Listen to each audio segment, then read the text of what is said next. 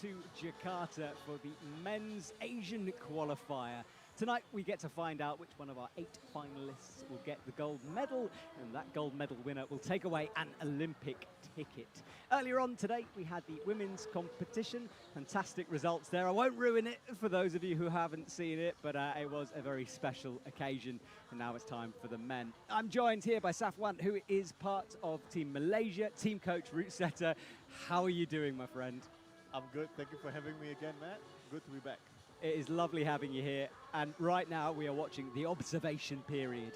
And look, Safwan, see, I did it. It's all right. Tell us a bit about this process, because obviously you're a coach, you talk the athletes through this. What are they doing out there on the stage? So when they're introduced to, let's say, problem number 2 right now, so they're trying to decipher what's the best beta to go up the problem. Now, is there any kind of a gamesmanship that comes in here? Because do they tell each other the wrong beta, or generally are they playing nice out there? I think unlikely, because like almost all of them are friends, so they just discuss about what's the best sequence to go up. Because at the end of the day, it's just a battle between you and the wall. It's not about you beating somebody else. Yeah, that is the aim. Those are Jean Monchon's tattoos, which I am a little bit in love with. What a dude he is. One of 8 finalists here tonight. Lots of Japanese athletes. Serato Anraku, the young Japanese, well, he's just incredible. He qualified in first. He'll climb last. Ravi Andy Ramadan, the local hero, who competed in the lead finals in Jakarta a couple of years ago. There he is on the right of your screen. He's going to get a massive reaction from this crowd. And he is a lovely human being. I've climbed with him a few times, and he is, let's just say, stupidly strong, put it like that. Well, there are our 8 finalists. They spent the last couple of days getting to this stage, qualifying first, then the semi-finals, and tonight it's finals time. A lot of pressure for the athletes, and we saw a couple of cracks appear in the women earlier on, which led to a very exciting competition. So we were saying, just before the broadcast, anything can happen. Correct. I think for the men's, we can guess who's going to win, but then at the end of the day, anything can happen in this round. Exactly, and when we say guess who's going to win, on paper, Serato Anraku is pretty unstoppable right now. He finished that lead route in the semi-finals, which was hard. Yes, it was.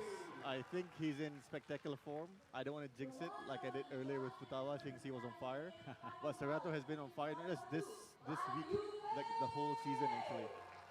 Yeah, he is an amazing young man. I remember him back in Hachiochi when he was new to the Japanese team, and now it just feels like he's a staple. And there is Yoshiyuki Ogata, though, his teammate, who will have something to say about that, as will Meichi Narasaki. Then here he is, Serato Anraku. He will climb last here this evening. A very popular member of this finals, as you can see.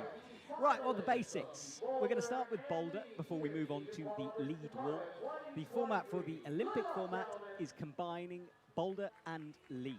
100 points available for Boulder, 100 points available for lead. Now, I'll go through the lead scoring system later on, but right now, the boulder, each boulder is worth 25 points, and there are 4 boulders. Along the way, there's 2 scoring opportunities, a low zone worth 5 points and a high zone worth 10 points. The athletes lose 0.1 off their score for every failed attempt to that scoring zone before they lock it in. Now, don't worry, it sounds complicated, and of course, old hands out there will know this very well, but if you're new to the game, we will be going through things as we continue. But Indonesia is starting off, and Safwan, tell me a little bit about the crowd, because they're so attentive and focused out there. Yeah, I think this crowd is much bigger than the one this morning for the women's, and I think they're gonna really scream so loud when Ravi Andy goes up in a minute. It's going to be crazy, isn't it? Well, this is boulder number 1. Starting on bad crimps, you throw up to that blocked hold, blocked to prevent a toe. Cross into a crimp, up high. Well, I'll do it as we go here. So starting holds, throwing up to that blocked with a jib on it for the thumb. Into this crimp, that's the 5-point zone score, which is actually the whole volume, but the athletes will be going for the hold itself. A jump sideways into the 10, up to that dish, which is not as good as it looks, and then the final hold, which, as with most boulders of this standard, is definitely droppable, and 42 degrees. Yeah. I think that's one thing. Later, when the climbers start climbing, it's hard for the audience to actually imagine how steep that wall is. Yeah, you are right, and it's hard to tell on the camera angle sometimes, Yeah, for sure. but it is steep. The wall itself has got a variety of angles. As you can see, there's a 65-degree roof in the middle. I'm having a moment of silence here. So look at the audience. All right, well, I think the moment of silence is over. Sorry, what were you saying, sir? Now look at the audience. It's super packed compared to this morning.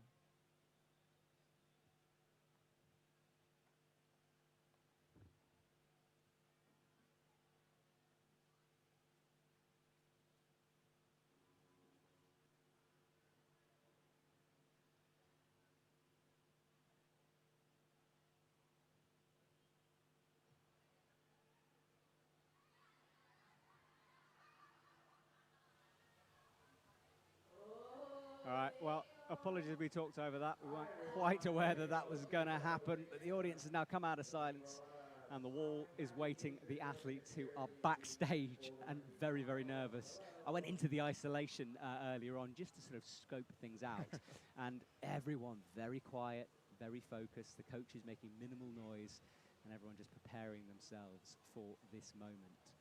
That's our wall, 4 boulders, 8 athletes, and we are looking for just one winner.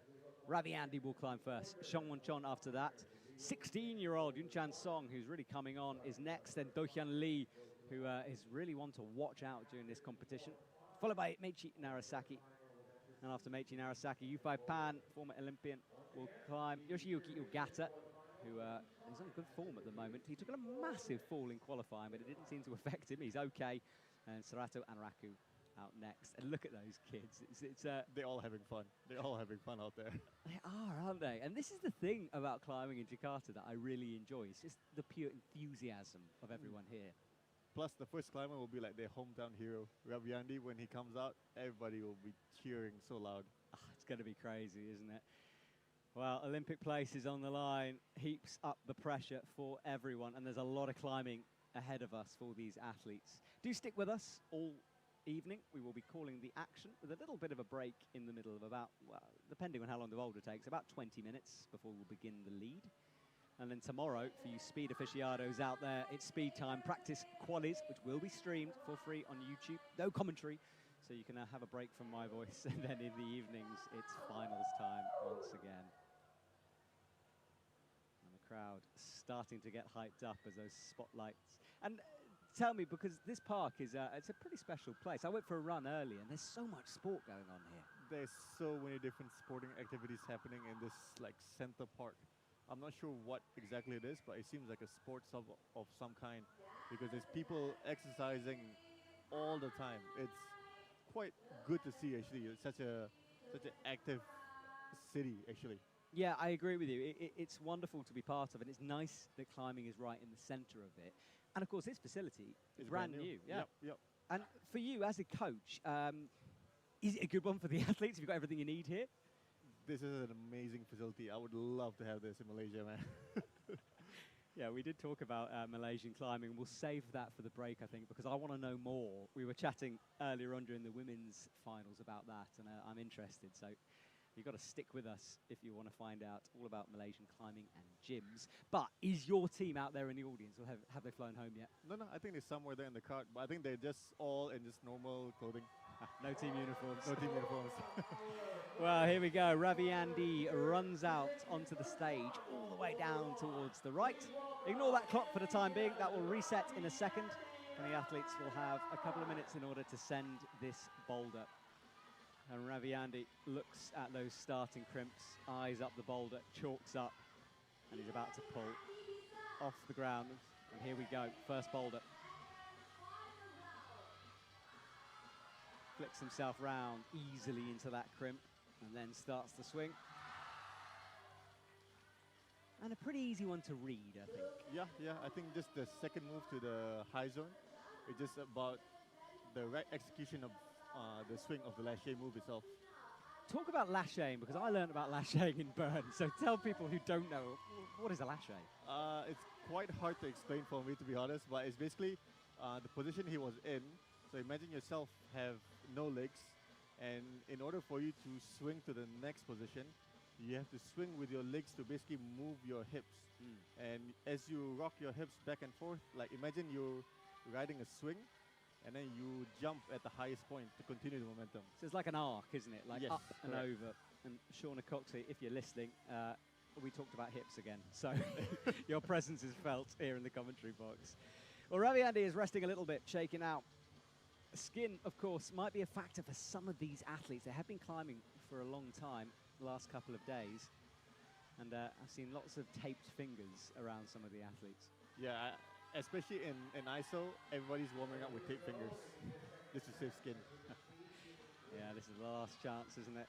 Leave everything on the wall, including your skin. Right, Ravi Andy starts this lâcher that you were talking about. Look at the arc. And he manages to catch it, although it wasn't a perfect lâcher. Yeah. Yeah, he was kind of flat, landed almost down onto that hold. His glasses came off, actually. I can't believe he climbs. I can't believe he boulders in glasses. Yes. Yeah, Yannick Floe, if you're watching this, he lost his glasses at the last competition. And it was a bit of a moment, so I'm a bit paranoid, put it like that from now on. I'm nervous for them. Oh, he's changing shoe, is it? I think he is. I was trying to work what that is. It looks like a sort of... I have no idea what he's doing. He's drying his feet. I think that's just a bit of sweat on his feet there. Because, I mean, we wear climbing shoes tight for a reason, right? You don't want to slide around. So he's just brushing off some of that sweat. You want your shoe to be skin tight next to your skin. And if it's slipping around, it's a terrible feeling, isn't it? Yeah. Oh, Ravi Andy will take that chalk bag off. He took a big fall from the double pinches.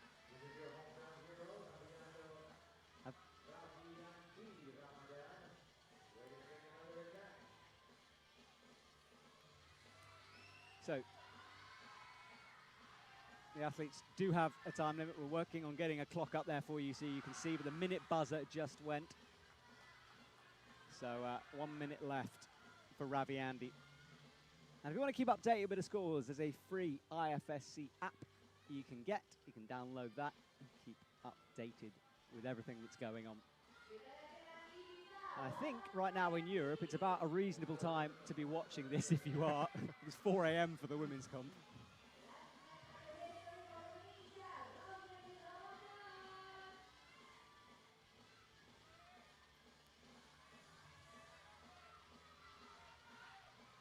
So, Ravi Andy starts the swing again, tries to get this lâcher move, sliding off the 10 though, and he hasn't got much time now, pulling back on the start holds.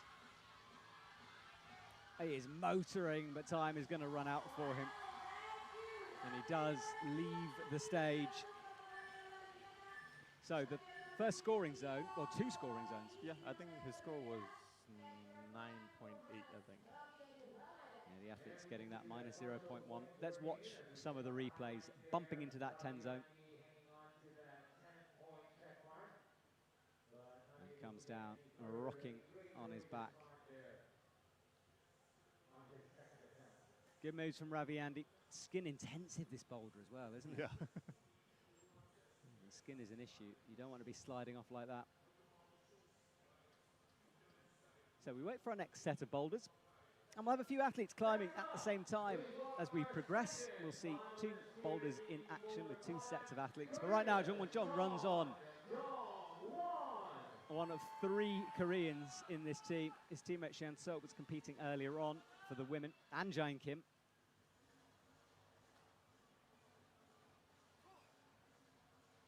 Right now, Jungwon Chon is pulling on.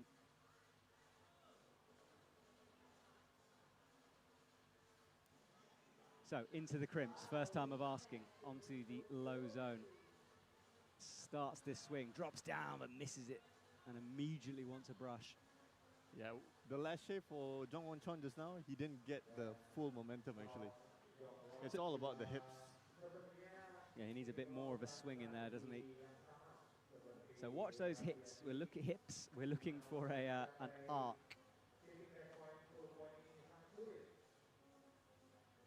Jungwon cleans off that crimp, making sure it's perfect. We want good friction. And in terms of conditions, it's actually not too hot here this evening. Actually, right now, it's like the ideal temperature for climbing right now. Yeah, I'd agree.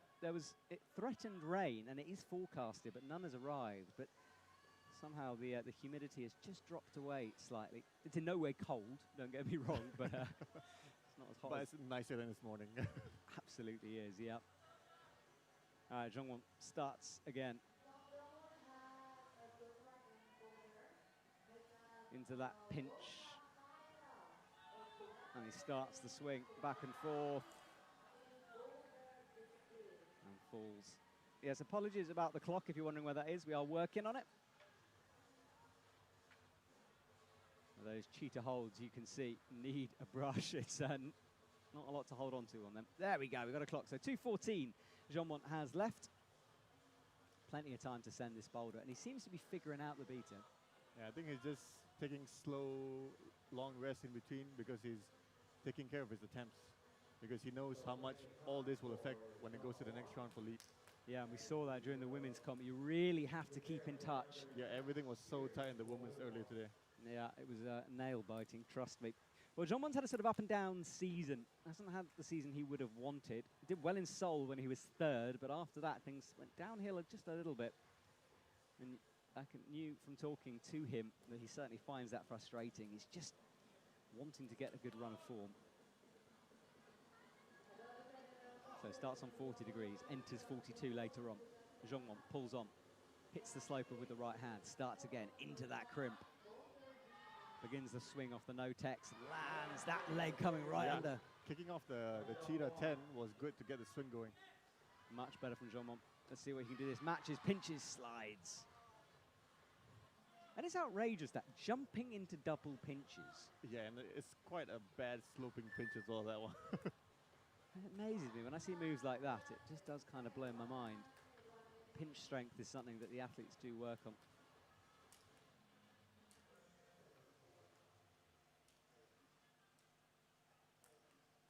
So Jongwon has 44 seconds. Enough for one last go.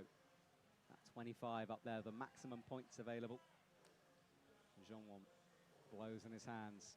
Has a long, long think about this. He's going to time this right up until the very last moment.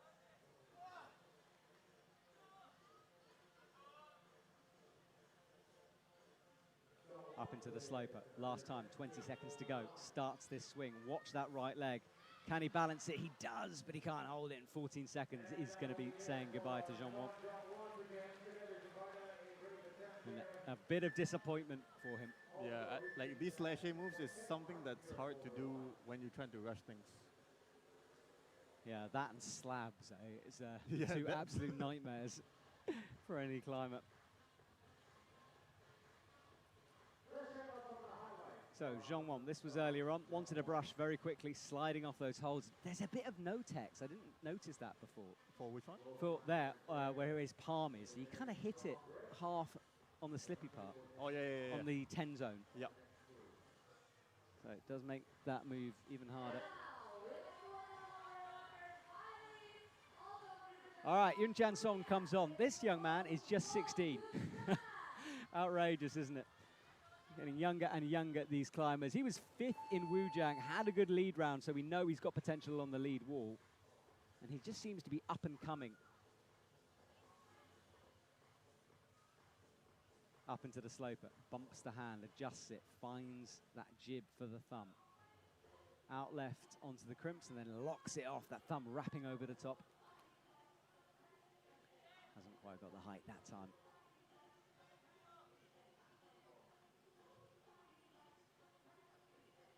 Brushes the crimp, makes sure it's clean. And Safwan, I mean, it may seem obvious, especially to climbers, but tell us why brushing holds are important. Okay, when there's a lot of climbers who've tried the boulder problem, there's a lot of chalk on the hole.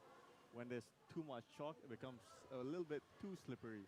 So we need to brush it off to clean off the excess chalk, just to get the right amount of grip on it. And that is what the climbers are aiming for, is why they put chalk on.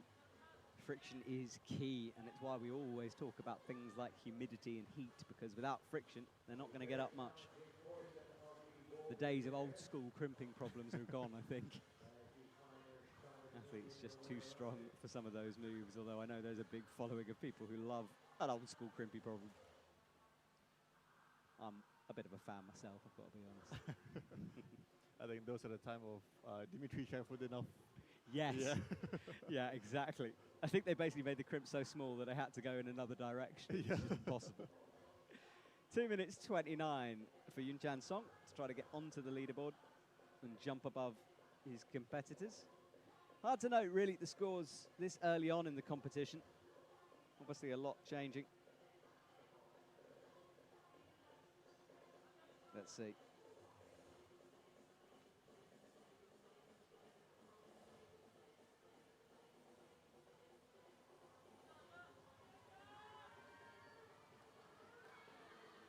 He seems to be struggling quite a lot with his lâcher move, actually. Yeah, he hasn't quite found the flow, has he? Hasn't quite worked it out. It is one of those tricky moves. And that is the score there. 9.9 is our current leader. So it took him one failed attempt to get to that.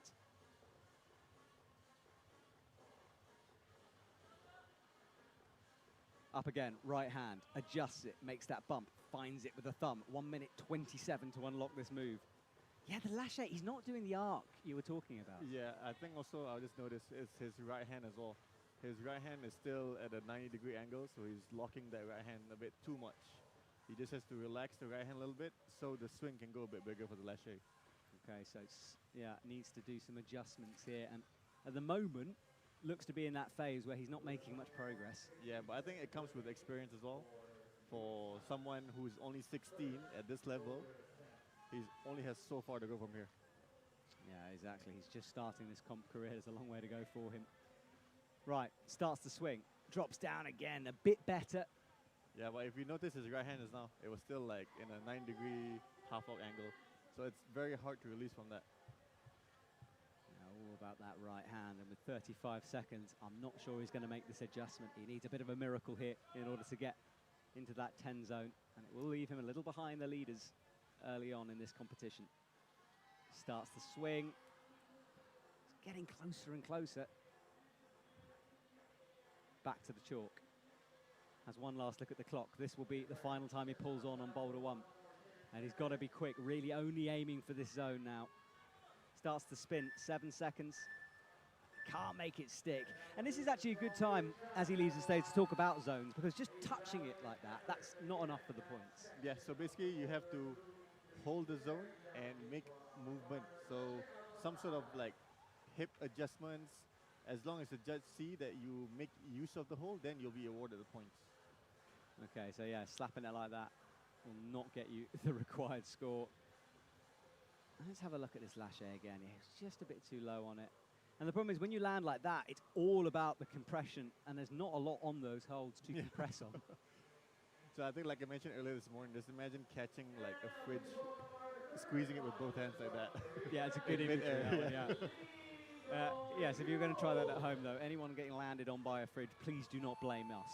It's, stay away from fridges, people. All right, next athlete on, Do-Hyun Lee. And Do-Hyun Lee is described by Jongwon Chon, who we saw earlier, as his brother. And he means that in a sort of friend way. But Jongwon looks after Do-Hyun Lee and brings him forward. Correct. I think like they both train together, and they both have quite a good like mentorship.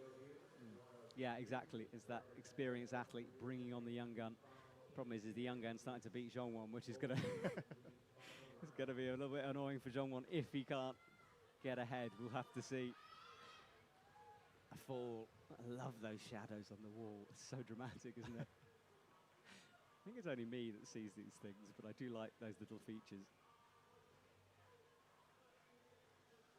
So he's got liquid chalk in his hands.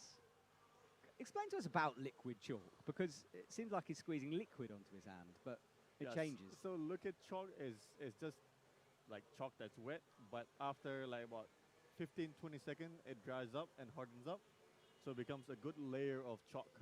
So on top of that, they then put on another base layer of chalk, like loose chalk, so it basically to keep their hands like fully dry when they're climbing. Especially when they're doing fast movements like this, they want their hands to be as dry for as long as possible. Yeah, that is the theory behind it, isn't it? And if you've ever climbed by the sea, for example, you'll know how useful liquid chalk is. You know, sea cliff climbing, stuff like that. Yeah, because over there, like the breeze from the ocean will make it so humid, your hands will just sweat so fast. There we go. Much better for Do Hyun Lee. He's learnt the movement. And hits the pinch, first time of asking. The powerhouse is in town. Gets that heel up.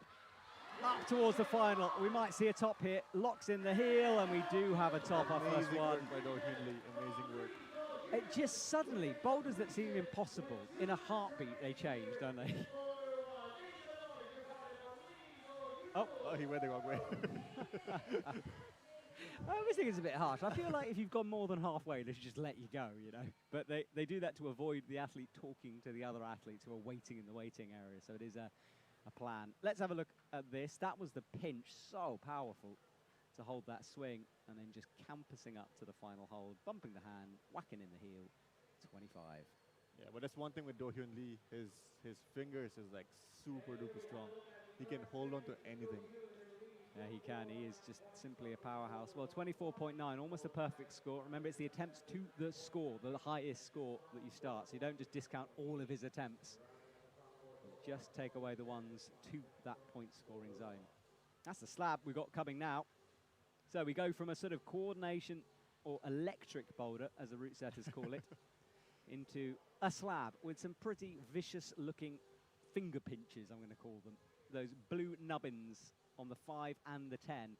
They look bigger on your screen than they are in real life. And it's all about footwork on this one, slowing things down a little bit. There is the 10.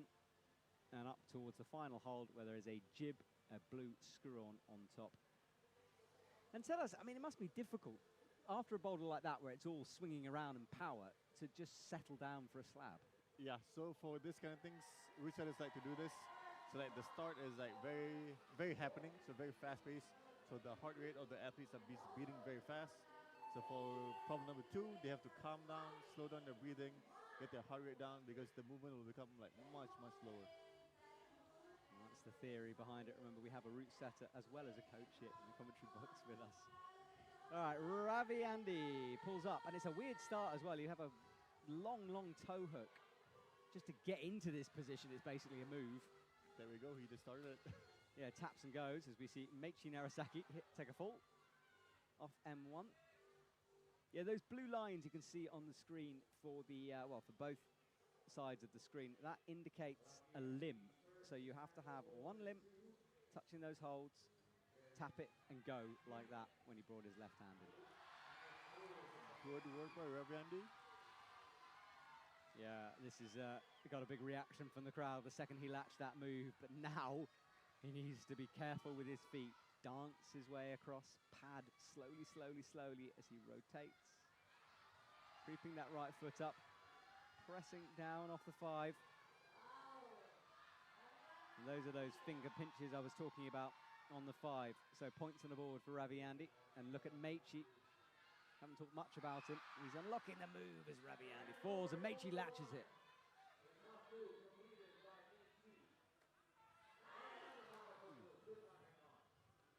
It's the pinch but can't hold it, which makes you realize how impressive Do Hyun Lee's flash of that move was. Yeah, this shows how strong his pinch game is.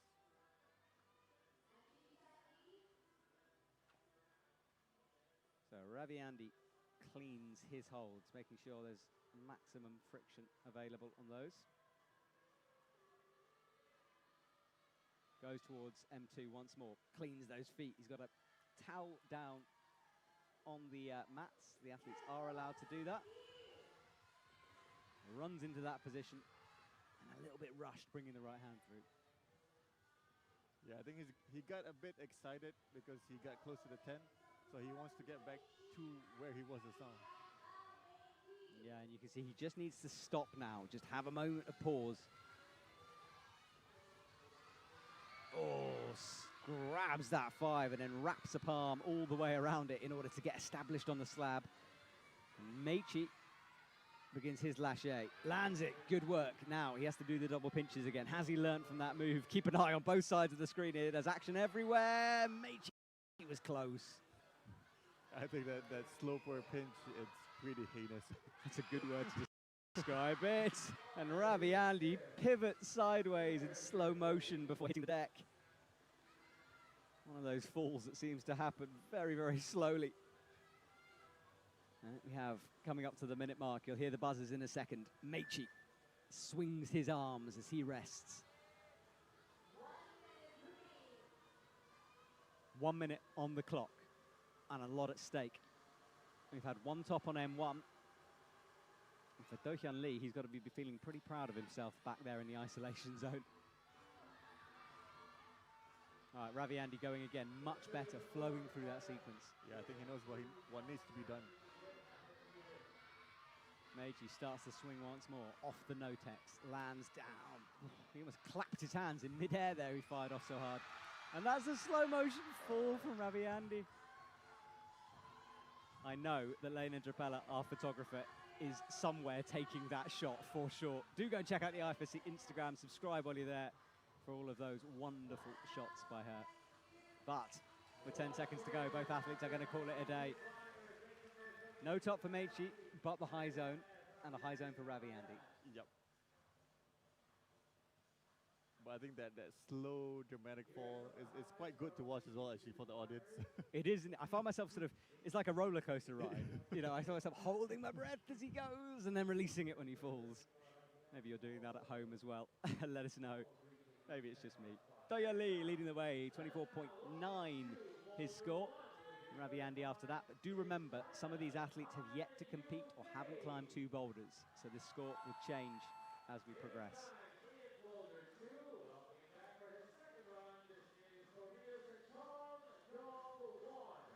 Jean Monchon pulls on, easy, hits the move, first time of asking.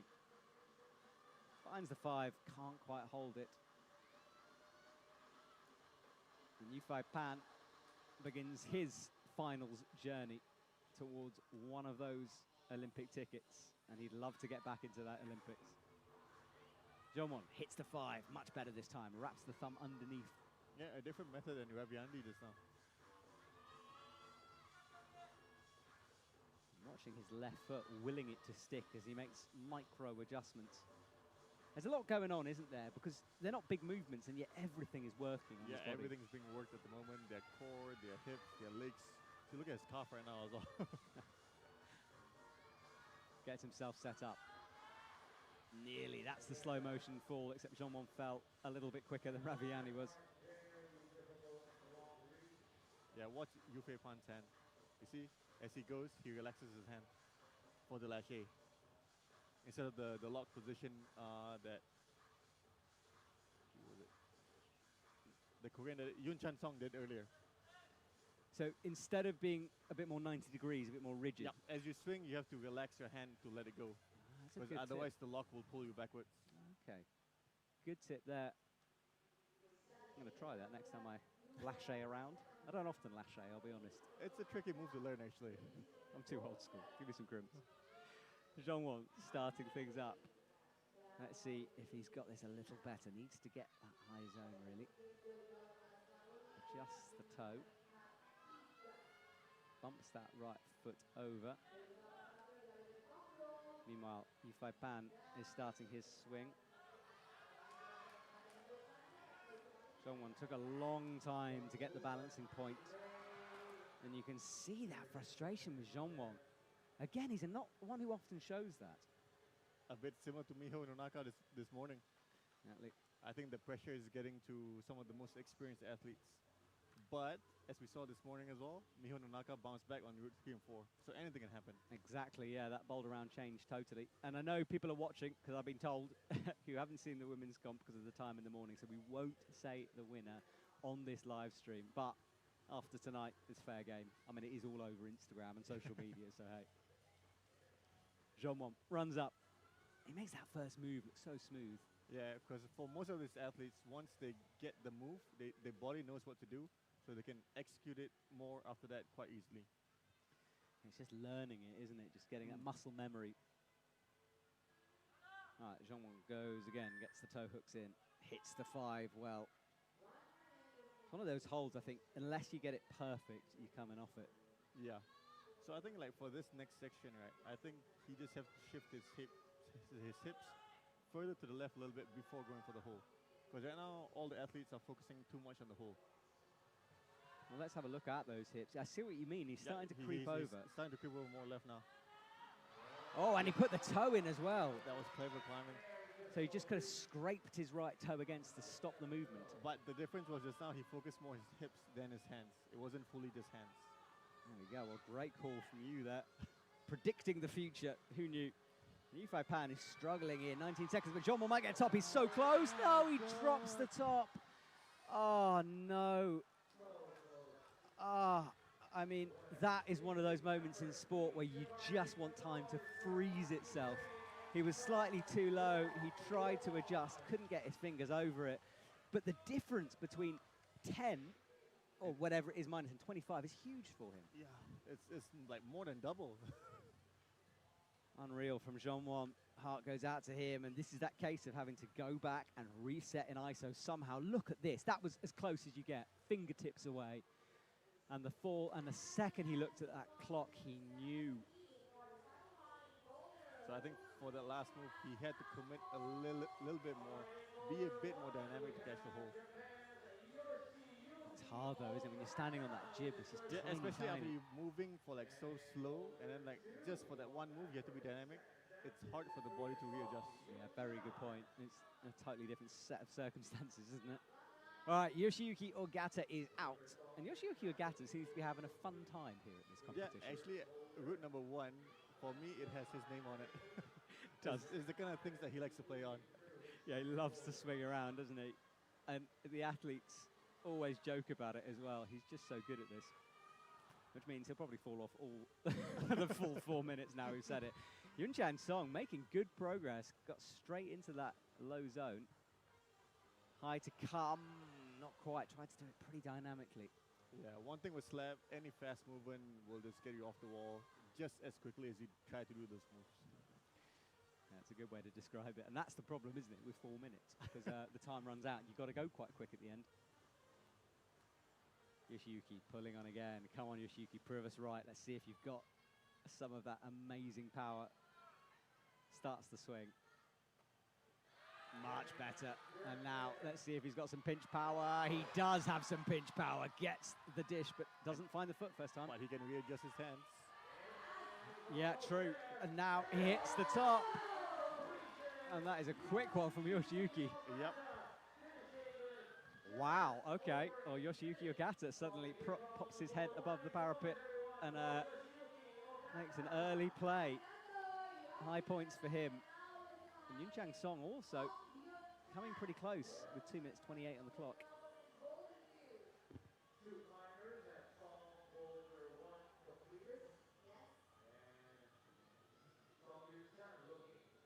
So Yunchang Song looks up, checks the clock, making sure he's not running out of time.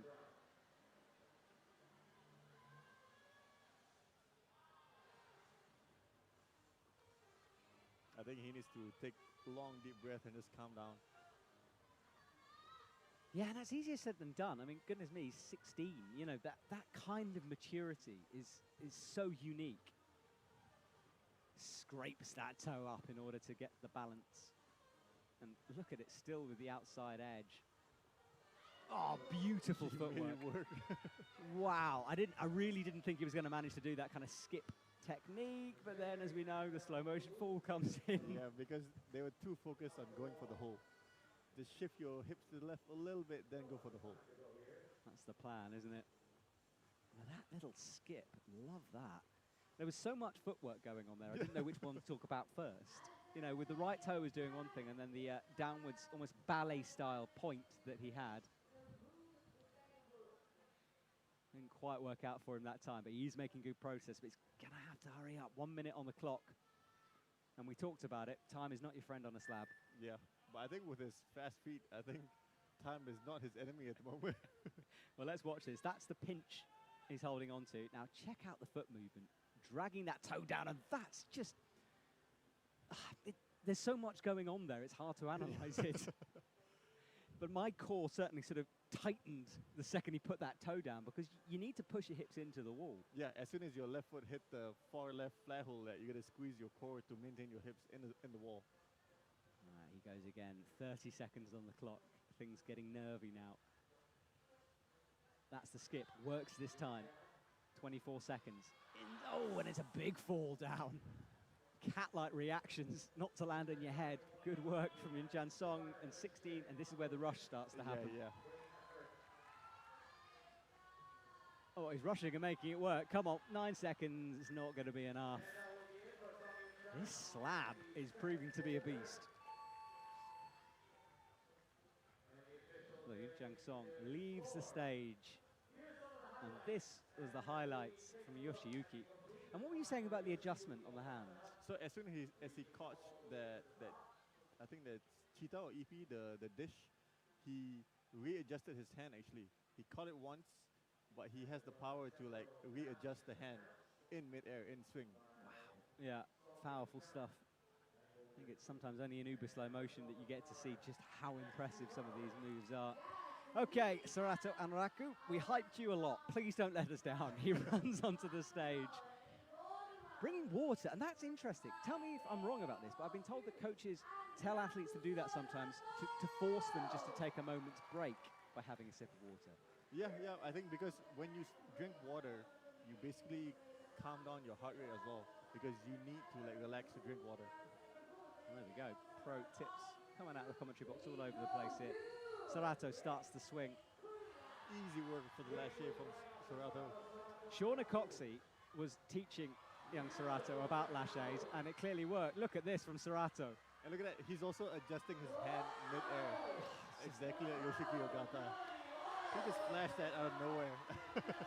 Well, Serato and Raku, thank goodness we did hype him. He's proving us right. That is an early success for the young man. He will leave the stage with 3 minutes 14, and that makes such a difference in isolation, that extra time. Yes. And I think like when he goes straight to the back, everybody will know like, oh, he just flashed it. Bit of mind games there, eh? Yes. I love it when I find out about mind games in climbing. I think climbers are too nice, generally. I want a bit of tactics here. I want some like devilry going on. Well, meanwhile, we have Do-Hyun Lee down on the left. He's working on this slab. Shaking the arms, drying that liquid chalk. Checks the clock. The clock is available to the athletes in multiple locations. So pretty much wherever you look, if you look out, you can see one of those clocks. Scoreboard down left, Do-Hyun Lee is on the top spot, 29.9. Serato, the full 25, but remember, he hasn't climbed Boulder 2. Do-Hyun, whoa, did he just crimp that pinch thing? Yeah. It's like he pressed, it's like a crimp press. Yeah, like I mentioned earlier, his finger strength is another level. Unreal. And the different tactics between the teammates is incredible as well. No skip and a jump. That looks safer to me. Because he's putting everything on his right thumb, actually. And look at that. Wow. I mean, so smooth and so strong on the fingers. He wants to match it, surely not. Oh, he does match it. There we go. Yeah, you're right. The finger strength is outrageous. But we saw Jeonwon drop this move. Do-Hyun fully, he doesn't know whether to pinch or wrap it at the moment. He's fighting with that hole. He is, isn't he? And oh yeah, bobbles and pops. Because I think it's a weird shape. It's like you don't know whether to like fully crimping it or like wrap it. So like he kept on readjusting because he wasn't sure what's the best way to hold it. And I guess the more you readjust, the more you're sweating onto the hold as well. Yeah. As we know, friction is key. So tricky times for Do-Hyun Lee. Closing his fingers. He's got 1:10. That dreaded buzzer is going to sound in 5 seconds' time.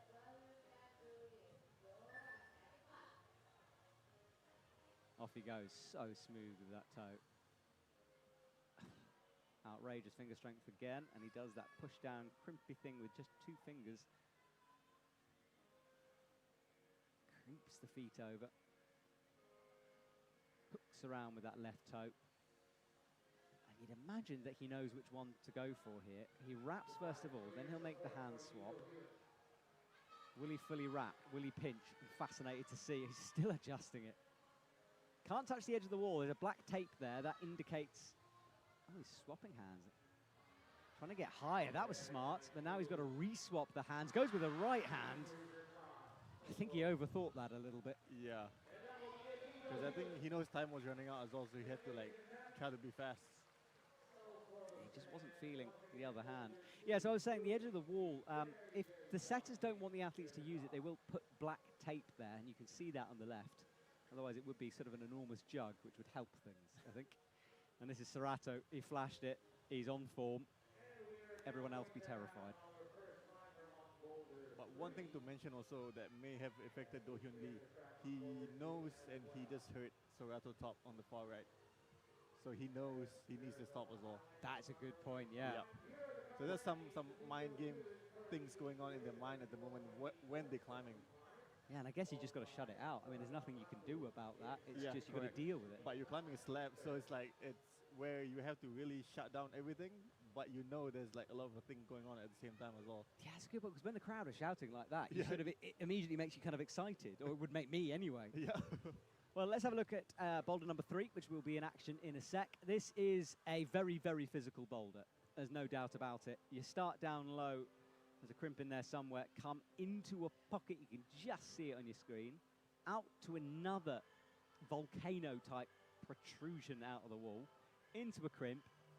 Hit that side pull. And then I cannot work this move out, honestly. I don't know how you get from the 10 to the 25. I've been told, but I still can't see it. It's just a sort of a pushy and then a jump, but the last 25, that pinch looks nasty. And there is an undercling under there as well, so you hit the undercling. There, I think, and then your left hand is on the 10, both legs on the blue volume, and I guess slowly perch up and launch up for the Yeah. Well, we'll have to wait and see on that one. Meanwhile, Meichi is going to try his hand at the slab, and Ravi Andy runs on, and he has the power boulder coming up. Do remember how long these athletes have been climbing for. Power is all well and good when you're fresh, but when you're tired, it's a different question. Meichi as well, outrageous finger strength to pinch that. Ravi Andy hits the good pocket. And yeah, you can see that volcano thing. I mean, it's pointing down. It's not an ideal pocket, is it? Meichi hammers in a heel but can't hold it. Different technique. I think he might readjust that one. And coming up to the 3-minute 15 mark as Ravi Andy will be able to feel the support of the Indonesian crowd that is back.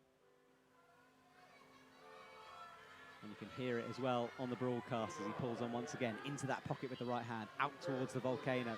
Holds the swing this time. Gonna bring a toe hook, yep. Cross in. Palming into that, crosses to the crimp. Yeah, Brandy's really fighting for this. He is, and he's got the high zone. This is good progress from him into the undercling, and now comes the move that I can't see. Let's see if we can work it out. Rallying higher, yep. It's going to be a... It's and you want to go as high as possible on that final hold. Yes, I think so, because if you notice, most of the chalk is on the highest part of that last hole. Yeah, the setters sometimes leave little clues like that to indicate to the athletes where they've got to go. And Meichi is one move away as well, but we know how difficult this last move is. Trust that left foot, go up, creep. He touched the blue jib, didn't he?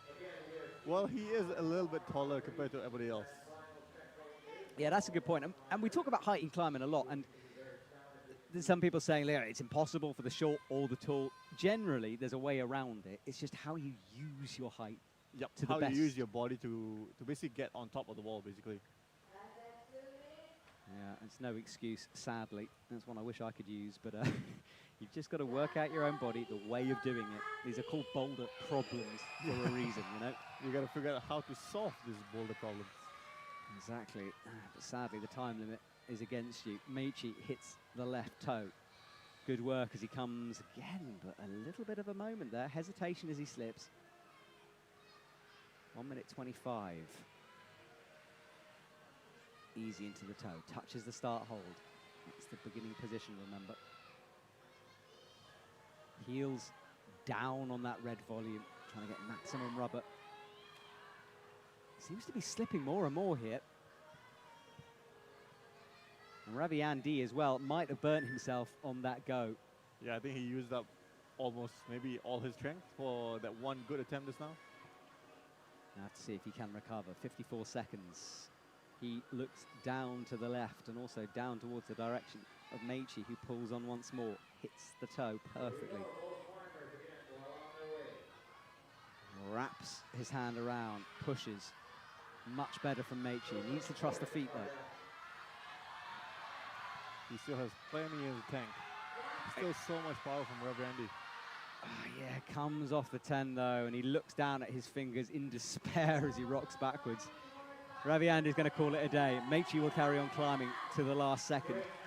Clock is ticking down though. And this is the thing, look how slow you have to go through this sequence. You can't rush it, and yet there's 10 seconds left. There's the 5-second buzzer. Wraps his hand, it's not going to be enough time for Meichi. 2, 1, slightly to the left. I think if he had like extra 5 seconds, he could have topped that. I think you're right, yes, if it just been a bit more time. Because as soon as the 5 seconds beeper went off, he's like, oh. You could see it in his body, couldn't you? And this was Ravi Andy's best go. But look how low he went, and feet sliding all over that blue volume. Yeah, I think for the last hole, as soon as your left hand comes in, your right hand want to catch on the top and wrap on top to hold the swing. Yeah, it's a tricky sequence of moves. And Meichi, I was watching there, that left foot bobble threw him off the tiny jib. Right, Yufei Pan runs on to the slab, and Zhong Won-chon runs down to the power problem. And that's the score. So Do-Hyun Lee leading the way with 34.8. Serato, of course, still hasn't climbed, and yet still in second position. Yufei, I can't believe it, so dynamic, and yet still managed to hold the wrap. Now, watch the left foot. What is he going to opt for here? Is it going to be that downwards ballet toe? Is he going to crack a heel in? Let's see. Zhongwon as well. He's about to hit the volcano. Keeping his feet on to the last moment, and that's a much better way controlling the swing. Yeah, he went full lock on both hands just now. Yufei Pan is on his flash go here, so keep an eye on that on the left of your screen. So is Zhong Won-chon. Zhongwon hits the sloper. Interesting as he wraps a heel. You could see the thinking. Yufei Pan is still on his flash go.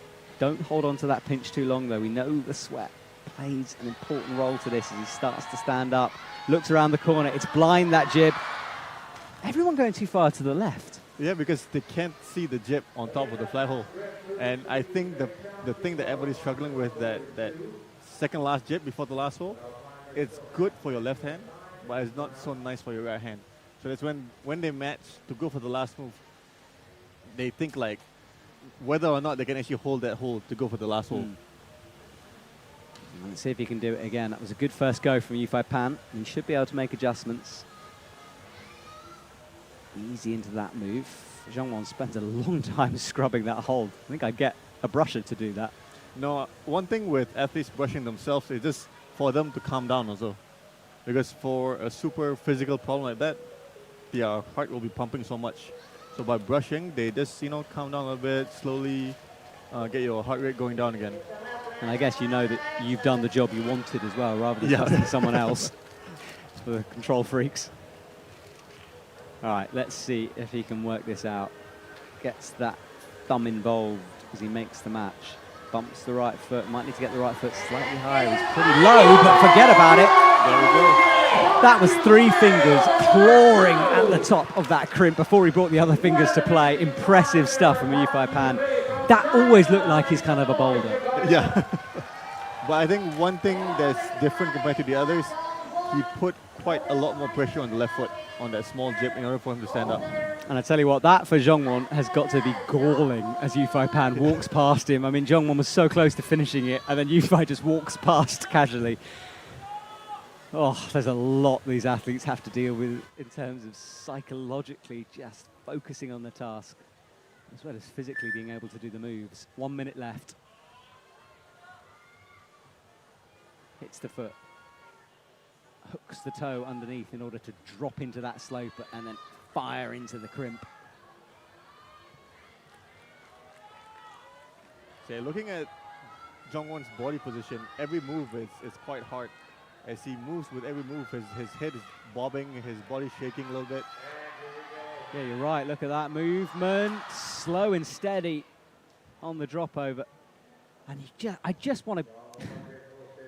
I just want to give him a break. You know what I mean? Like, I almost said give him a hug, and I realised I probably shouldn't, but I've just said it. But you know what I mean? He just seems so despondent right now, and he needs a kick. He needs to get some points on the board in order to get the confidence back up. Zhongwan leaves the stage as his shadow follows him across the wall. Desolate out there on the mats. Well, Yufei Pan, though, the complete opposite. Look at that clawing. I think it was 2 or 3 fingers only. I think he carried with like back 3 only, and then his index finger came in later. Unreal catch from him. Comes down and, yeah, allows himself a little clap of celebration. Good work from Yufei Pan, but this was how close Zhongwan came. He found the pinch, maybe not high enough. And then looking at that clock, I think he knew he didn't have enough time to rest in order to go again. Yeah, actually, that was only his second attempt, if I'm not mistaken. Yeah, so like after the first attempt, he rested for a long time because I think that problem itself is so physical, they can't afford to spend. I think it's quite hard to do even like 4 attempts because it takes too much power. Yeah, and it is it's on the steepest part, 65 degrees through that roof. And it's hard to picture that, I know, but look how horizontal Yin Chang Song is here. That's how steep it is. Right, Yoshiyuki bounces over to the left, wraps that hand and drags the toe across. That was risky. Fully took off his hand and found a toe pressing in. Oh, and hooks the left. How is Yoshiyuki still on the wall here? Defying physics and gravity. Oh, come on.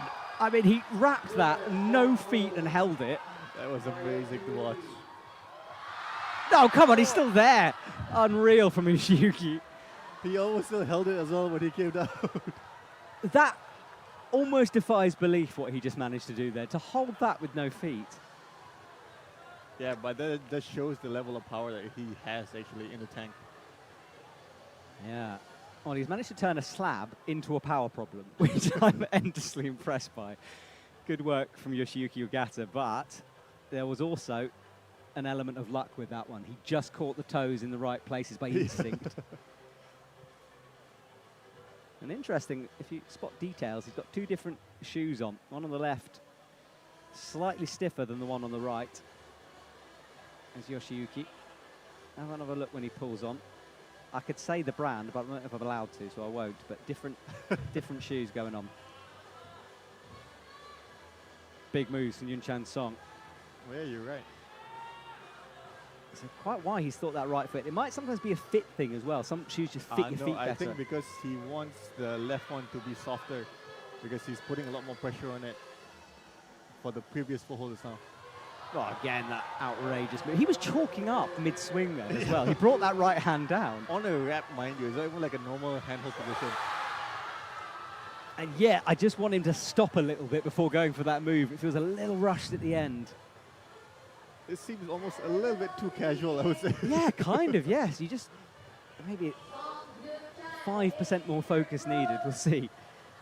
Right, Yin Chang Song drops down, the skin slides down that, and that shoulder shrug said it all. It's exhausting out there. Minute 23 on the clock. I want Yoshiyuki to send this boulder so much because I want it to be replayed on Instagram Reels forever because it's outrageous what he's doing right now. Runs on again, hits that left toe. Let's see, surely. Oh, it's starting to run out though. That maybe that element of luck dripping away. We'll see. Less than a minute now. Yin Chang Song pulls on, catches it. That right toe all important as he holds the swing over to the left. Yoshiyuki, keep an eye on him as well. Will he do it again? Surely not. How much power has he got left in that left hand? Look at that right hand as he comes down. He's just like floating. It is. That's exactly it. Perfect way to describe it. And levitating, apparently. How did he hold that slow put? Goes again. Surely not with 25 seconds. I mean, it's hard not to be a Yoshiyuki fan in this moment. You want him to send it. 18 on the clock. Once again, chalks up. Make sure of it. Look at the palm prints left from his attempts. A bit rushed again. Re-chalks up. 10 seconds. This is going to be tight. Left foot on. Hits the crimp. No, he can't make it work. Oh, Even when he missed it just now, his right hand full lock, he tried to bump again with the left hand. That's an insane amount of power right there. well, let's hope he hasn't emptied the power tank because he's got a power boulder to come. That slab is a beast, and that was the left foot. But every time he popped the left foot, he held the flat. Look at that, he's sliding down the sloper. Yeah, so this thing, I would say the biggest difference between Yoshiyuki Ogata and Yufei Pan was Yufei Pan put just enough pressure on the left foot. Yoshiyuki Ogata, you can tell he was just like fully crushing that little jib before going for the lasso. Yeah, it is a difference in the way you distribute your weight onto the hold. All right, next up, Do-Hyun Lee runs down, and I would put good money on him getting close to this boulder. And let's see if Serato is feeling a slab, shall we? He flashed the first climb with ease. Different techniques required here, though, for Serato. Hits the first move well. Holds the pinch. Wraps the hand around. I love this boulder because I don't think any amount of planning, every athlete has done it differently, you know. I think it's just one you have to feel in the moment. Left toe on. He's eyeing up the high zone now. Holds it somehow. Changes hands. Now it's all about this left toe as Do-Hyun Lee does what I said and gets into the zone, high zone quickly. Hits the wrap, matches the 10. Serato's in. That is his flash attempt. Very casual. And look at him. I think we're going to see two flashes right here. Yeah, Do-Hyun's got a left hand on. He's rotating those lats, screaming as he latches it. There we go. Two flashes are like two really hard boulder problems. I'll tell you what, Safwan, I should be a gambling man because I would have just made a lot of money. Do-Hyun Lee leaves the stage, as does Serato. I feel like, just for the sake of drama, Serato needs to struggle a little bit at some point here. We can have a word. We'll send someone to ISO and just have a moment. But 2 boulders done. There's a long way to go in this comp still. But that's Serato's face, and it kind of says it all. Good work from Serato. He's done. 2 out of 2. And Do-Hyun Lee as well. Strong performance from the power climb for him. It's maximum points for both athletes. And that's affected the leaderboard. Do-Hyun Lee, 59.8. It's going to be a high-scoring round. Serato, though, 50, and he's only done 2 boulders. So he's our potential leader after that. Then Yoshiyuki Ogata, who you do feel like deserves more. Maybe we should give him sort of 15 points or something. Just an extra 5 for some crazy moves. Style points, exactly that. Well, we will have a little bit of a pause in proceedings here. And look, so I said I wanted to talk about Malaysian climbing. We have a Malaysian coach here in the commentary box. So tell me a bit about the gyms and the facilities that you guys have to work in the Malaysian team. Well, okay, in KL itself, we have 11 climbing gyms. Full-fledged gyms, we have, I think, about 4 of them. And the rest is just mainly boulder gyms. As far as the speed wall, we only have 2 at the moment in KL. One just fully finished installing like a few months ago. And actually, when I go back in the first weekend of December, I'll be chief outsider for our national championship, where we'll be doing boulder and speed for that competition as well. So really excited for that. And your athletes, I had the pleasure of meeting them in isolation the other day, doing really, really well. Semi-finals, which is impressive in their first major comp. Yep, correct. And especially for one he's still 18, so I brought him to World Youth in Korea earlier this year. So this is his first open level competition for World Cup. So for him, making semis is huge. And we see a lot young athletes coming through. That jump from the youth circuit to the senior circuit, it's a lot to take in, because not only is the level steps up, but suddenly you're climbing against your idols. Yep, but he says he likes it even more actually, because he knows the level of these monsters out there. As opposed to like when you go to World Youth, you're meeting like a bunch of other kids who you may not have known about them. But when you go to this level, okay, you see, oh, it's Anraku Serato, You see Yoshiki Ogata, you know how strong they are. So you know the level that they're climbing at. But at the World Youth Competition, some of the competitors are new to the scene. So you don't know what to expect from them. I guess it's looking at it differently, isn't it? Because Yeah. you either get intimidated or you use it as inspiration Correct, to train correct. harder. Yeah. So when you guys go back to the gym for next season as well, is there a plan for next year? You planning to attend some of the World Cups? We'll see. We'll see. It depends on the location. I need to see the calendar for next year. But definitely we want to join some more competitions next year. Okay, well, we'll keep an eye out for the Malaysian team. And we'll have a look at Boulder 4. Now, Boulder 4 has changed a little bit from this 3D graphic. I'm just trying to see the differences I was told that there are. So just expect it to be slightly different. But the basic principle is swing and a jump to land down on the purples and over towards the 5 first zone. A big move up towards the 10. And then, right up to the very last minute, the setters were working this top move because it's a huge coordination jump out towards the top. Oh, they changed the last hole actually. Yes, you're right. So this big yellow doesn't exist anymore. Yeah, it's quite different, isn't it? So the blue sideways volume isn't there, as you can see the graphic change. So that is the differences. And just to let you know, if you're watching, the reason behind that is that we scan the boulders a couple of days before, but obviously the route setters need to tweak the boulders depending on athletes' performance and conditions, and that's why sometimes those 3D renders change. But the principle is pretty much there. Ravi Andy will kick things off again after the break. And if you're just joining us, welcome to Jakarta. It's night time. The humidity isn't too bad, and we're watching the men's competition. 8 men have got this far. One of them will get the gold, and that gold medalist will take an Olympic ticket. We're about halfway through the Boulder round. Lead to come. 100 points available for Boulder, and Sorato and Raku is on fire currently. I think that pretty much sums it up, doesn't it? Pretty much. All right, Meichi is on the right of your screen. And Ravi Andy starts this enormous swing or lâcher, and a bit wild to start with. Yeah. So this lâcher is a much bigger move compared to the one on men number 1.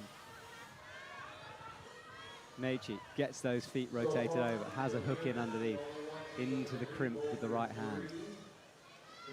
Gets his feet set and hits the 10. How much power is he? Ooh, bobbling off there. That was the left foot that went on him. That little nubbin is not a lot to stand on for the left foot. Plus, it's under the roof also, so it's a lot trickier to step on it. Quite blind when you're above it. All right. Let's see this again. Ravi Andy pulls on. Not too steep for his climb compared to Meichi's 65 degrees, but a different kettle of fish.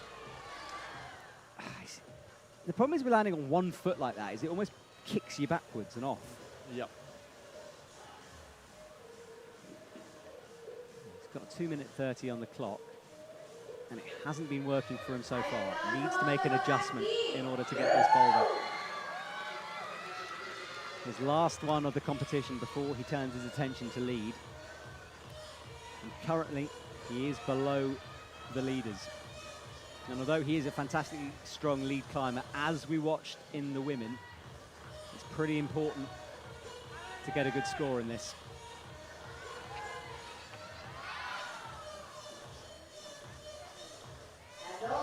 Meichi again into the flatty, rotates into the crimp. And Ravi Andy is having a look at the clock, but I think he's struggling here. Can't figure out this first sequence. I think it's that body movement of that lâcher. It's quite a tricky one to execute that move unless you've done this kind of moves in training before. Yeah, that's a good point. And the Indonesian team certainly have lots of facilities available for speed. That's where their focus has been, but perhaps not quite there in terms of the boulder and lead yet. But with athletes like this coming through, there's a real future for Indonesian climbing. Yeah, I think for Ravi Andy also, he's still quite young. He's only 20 years old. Yeah, him and his brother own the local gym. It's theirs. Not literally, but they walk in and, you know, people just stop and watch. And there is a colleague of mine making a documentary about those two, so that will be available at some point. Right, he starts to swing, drops down. Again, it's that right foot kicking him off. 46 seconds left of Ravi Andy's boulder competition here. starts the swing back and forth. Meichi locks into the volcano, meanwhile, on the right of your screens, into the crimp. Watch the left foot. It's been causing him problems.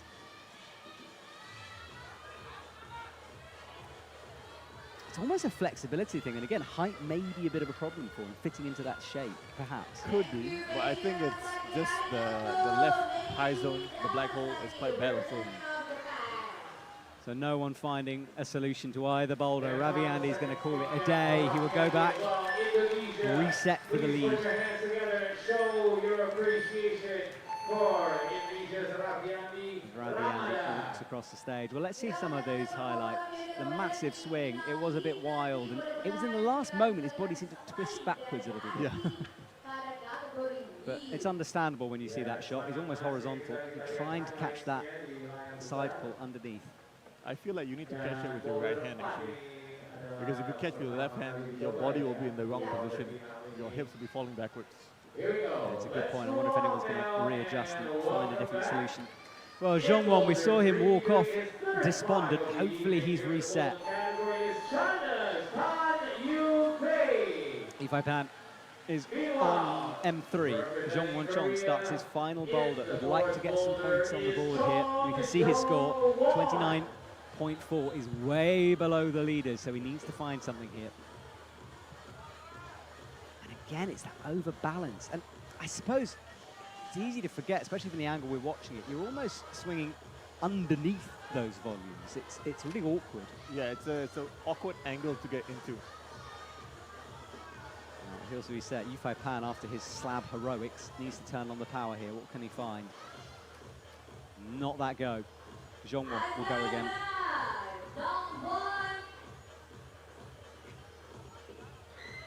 Yeah, this is what I mean by underneath. Look, you have to kind of... Oh, he's palming. Interesting. So tries the left-hand palm, pressing to try to stop that backwards momentum he's generating when he lands. This is why I love climbing so much. He says, but commentating on the women's competition, you know, completely different. You know, really tense, really close, and this men's, it's a whole different world, and that's what makes climbing so brilliant. Is every comp is so unique. It's not working for Jeongwon. A bit of a hit there. Plus, I think to get the palm, it's quite hard to aim for the right part because you can't really see where you're trying to hit. Yeah, it's completely blind, isn't it? I mean, imagine where his head is on that shot. There's no way he can see that palm. Okay, Ifai Pan goes again. 2.5 minutes just under remaining on the clock as Jeongwon starts to swing again.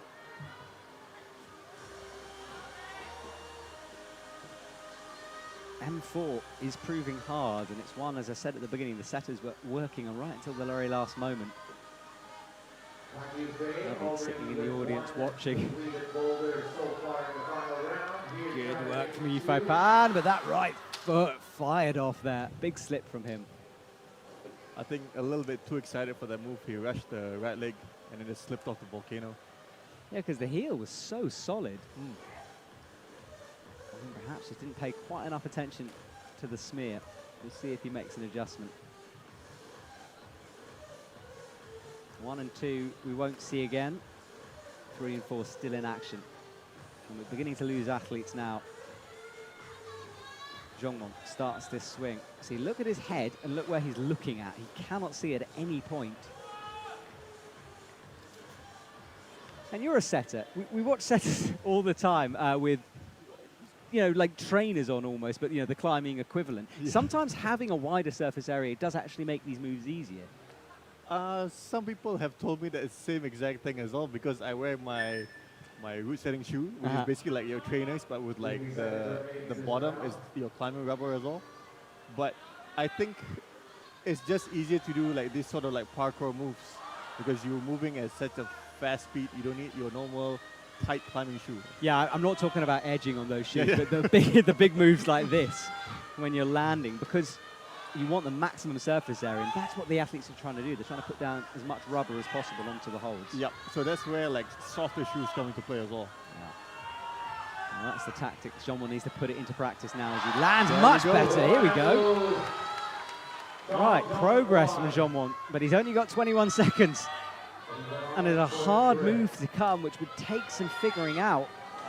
He wants this high zone. He needs the points on the board. Starts this press. Left hand again. The unluckiest man in his final for sure. His head goes down once more. Zhongwon leaves, close but not enough. That will leave him down on the leaderboard with a lot of work to do in the lead round.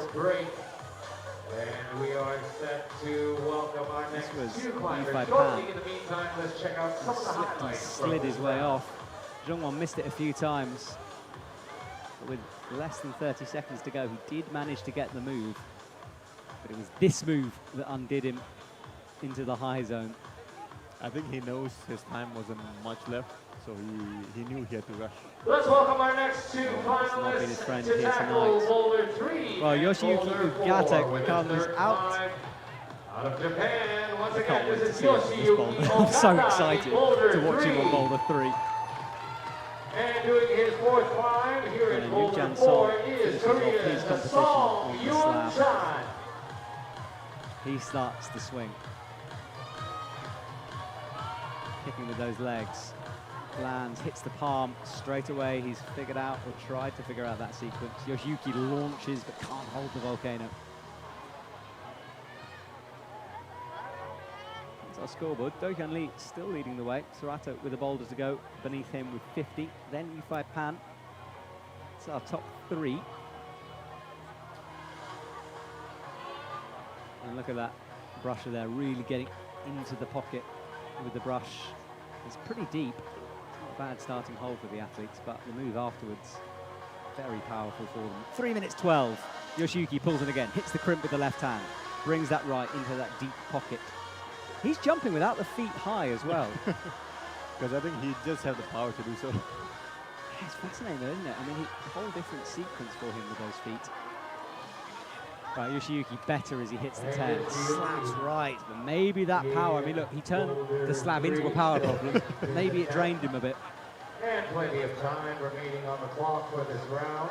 Just under 3 minutes to go. It's a skin issue as well. He just took off tape from his left hand just now. Okay, interesting. So the athletes will tape up to try to prevent skin, but when they feel they're close, sometimes, and we saw it earlier on, I can't remember who it was, but ripping off the tape with their teeth. Yeah, on the woman chart earlier. Yeah. So self-preservation only goes so far. If there's a No, because one more thing, they cannot climb when their hands bleeding. Yeah, that's a good point. So they any have blood, to tape up. exactly, If the the judges judge will see stop them. your hands bleeding, you'll have to tape up.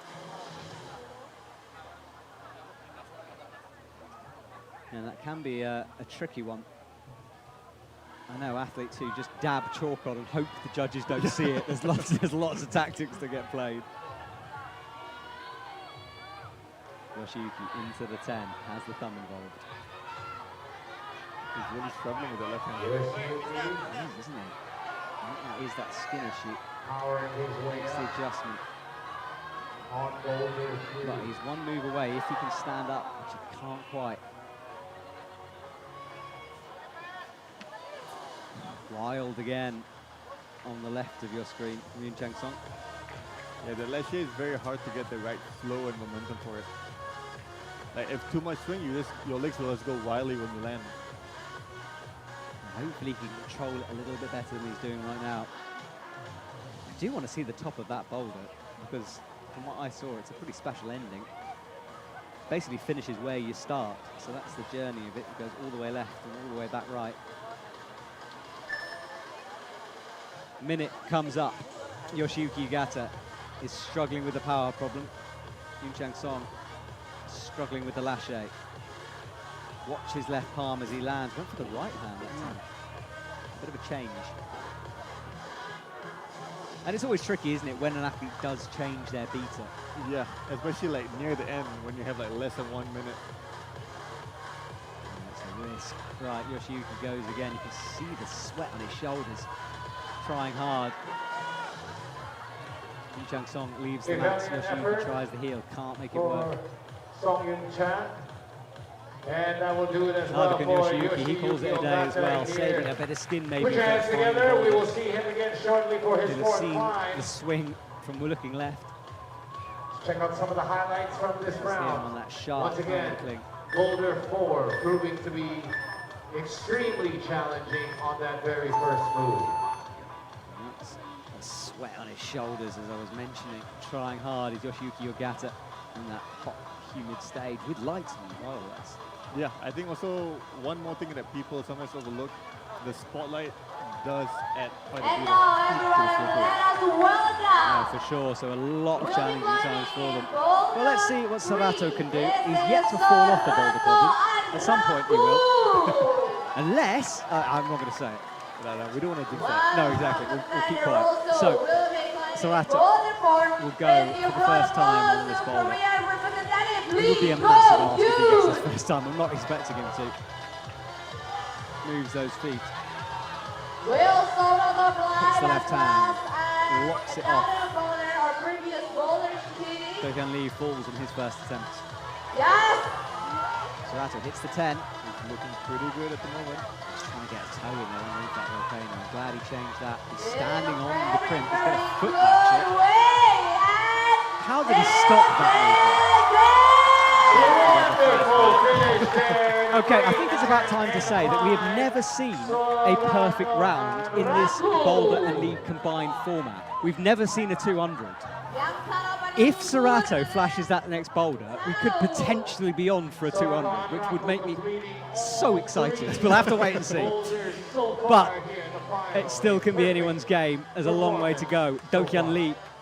But I think this last boulder problem, M4, it seems like a last year fest. Because the starting is the last shade, the ending also is the last shade. So anything could happen with this move. Now this is interesting. He can possibly reach it, but I don't think it's good enough to catch. But you saw his thinking. He was trying to get it with the left and then drop in. Yeah. I don't think there's much of an edge to do that. It's almost like it sort of occurred to him mid-swing. And Yeah, it's but like, because he was already off the air, so like he needed to do something. Otherwise, it would be like one wasted attempt. Yeah, true. We might as well try it at that point. And he's going to stick with Lachey and better. Smooth. All right, well, we're in again. It's been a while. But once more, someone makes that swing move. But there's another, well, there's two more jumps to go on this. He's hit the 10 first time. That's the move Jean-Mon couldn't do. And now this is the move I wanted to see because it's like a paddle. Ignores. Hits the yellow. Wow. Well, Do-Hyun Lee, that is going to do wonders for his score. He's going to keep in touch with Serato. And he'll leave while Boulder 4 possible. Yep. That didn't give him that many attempts or so, I think. No, it didn't. Good work from Do-Hyun Lee as he leaves the stage. Well, we've got 4 athletes to go on Boulder 4 before we say goodbye and have a little break before the next round. Let's watch some of those highlights. I can't believe Serato stopped this movement. Yeah, like, as if like mid-air, he just like froze everything. Okay, try again. It's just like his feet stuck to that hold. Like magic. Unreal from Serato. Do-Hyun Lee hit the 10, and it's not really got an edge on it. It looks like it has. Totally missed the yellow. Full swing. Feet over his head almost. I think he just focused on just the blue hole because I think he knows it's quite juggy as opposed to the yellow flat hole. So, and he's confident with his ability to hold the swing. So he just went straight for the last hole. I've just had one of my stat team members checking my there's never been a perfect 200, and I am correct. Closest to Tomoa Narasaki and Oriam Berton with 99.9 in the boulder round. So we are potentially on for history here. But that Lachey move, it's hard to flash that. It's hard to flash that. But anything can happen. Anything can happen. We keep saying it. It's true. Meiichi Narasaki out next. Yeah, Root Setter team, in fact, has just walked past me and given me a sage little nod. I think they're quite happy with how things are going. All right, let's see what Meiichi can do. Starts the swing. Here we go. Kicking off with the feet. Lands, palm in. Wow, that was amazing. That was amazing. Right. Maybe it is flashable. Just say Meiichi lines up. Big jump. That was just a bit low. Fingertip, the end digit of his fingers holding up. Because I think maybe the bottom part of that hole is a little bit slopey. Just a bit higher is a bit more juggy. Boulder 4. Here we go again. He flashed the first move. Winners will be the climber with the top score total from both categories.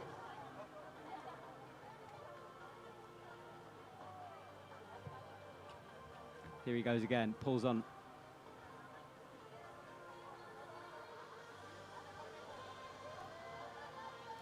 Here we go. Swings, palm in. He makes that move look beautifully effortless. But I like as soon as he lands the lâché, his body just turns and pivots. So like his hips is much closer to the wall that way. Yeah, it is. He's figured it out, hasn't he? Let's watch this again. Just watch the mechanics of what he's doing. He drops as well that hand. And fully turns his body straight away.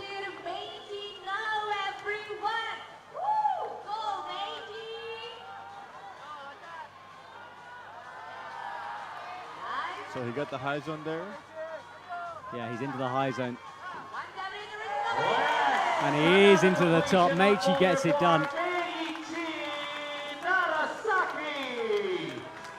Brilliant from him. So that's good for Meichi Narasaki, finally getting the top in his boulder round. Yeah, he's in now, isn't he? Maybe a bit late, but job done. Points on the board for Meichi as he leaves the stage. All right, here we go. A couple of athletes left, 3 to go. Yufei Pan, Yoshiyuki Gata, and Sarata Wanraku as we watch Meichi once more. As we see Meichi reaching the 10-point check mark and his final move to complete the climb. Great job.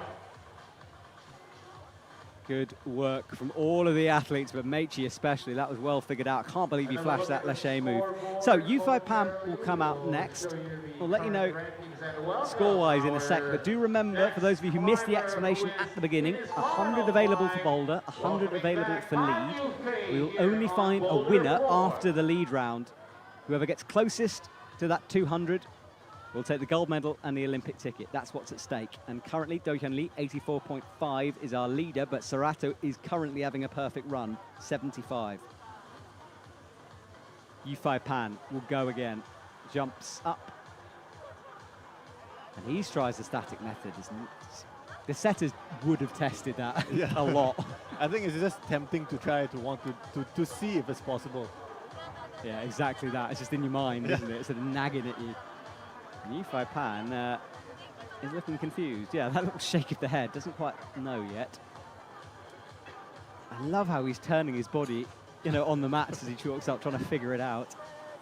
I think he's trying to plan out which is the right body position for him when he lands. Oh, he starts this swing again. Misses, lands.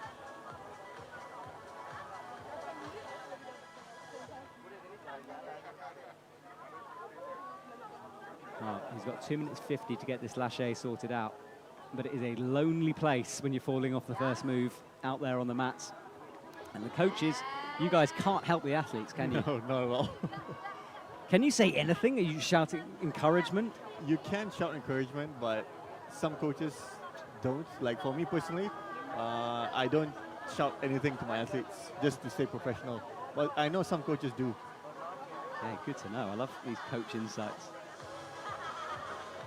And of course, the appeals process. I always talk about appeals when I've got a coach here in the commentary box because that is part of the game, isn't it? You're looking for mistakes as well. Yeah, the appeals, coaches and teams, if they see what they think is an infringement of the rules in some way, they can appeal it. And we do often see that happening, especially in lead. Well, Yufei Pan is struggling here with 1:54. Pulls straight back on, not giving himself a break. Maybe should. Hits it again. That was close, though. That was better, wasn't it? And although it doesn't look too tiring, generating that swing, it starts to pull on your shoulders. It is more powerful than it looks. Yes, and also I think because he knows time is ticking, so his heart rate is beating, going much faster. So he knows he needs some points on the board before the lead round.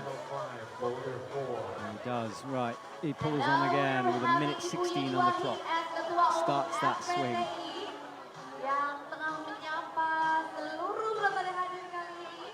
Try the double match then underneath. Back to the chalk bag once more, going again and again at this thing.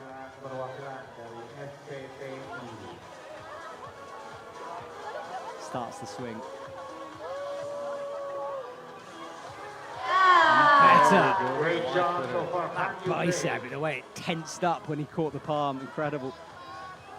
Holds the edge of the 5 now as he starts to press before making the jump, wants to get as high as possible before committing. He's very low at the moment. Interesting right foot.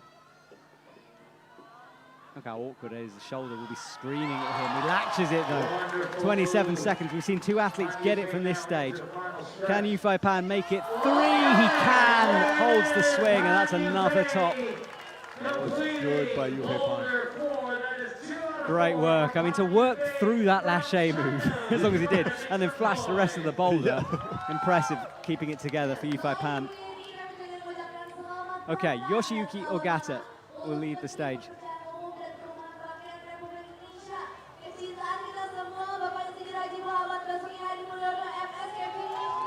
The brushes are at work.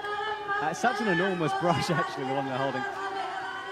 And I think we're watching an Indonesian legend. I don't speak Indonesian, so I'm not quite sure what's happening there, but I think certainly a legend there. He looks like a legend anyway, doesn't he? I know the one on the right, the lady is the president for FPTI. There we go, it's probably that. Dignitaries being announced. And we all see Kobe, the IFSC vice president, giving away the medals later on. Important event for everyone here in Jakarta. Right, Yoshiyuki Ogata, penultimate athlete out on the last boulder.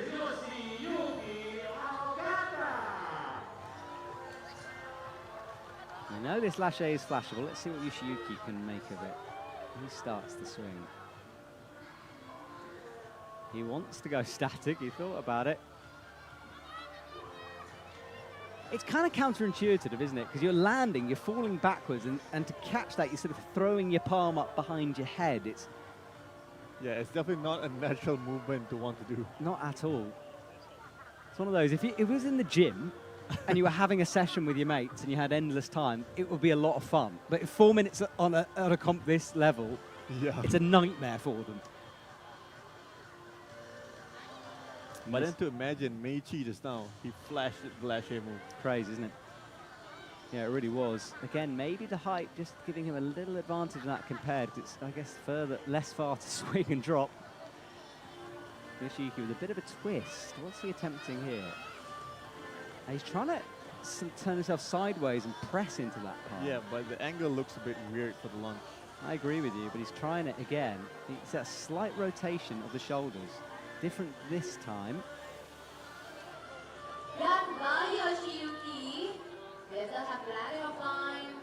Yoshiyuki returns to the liquid chalk.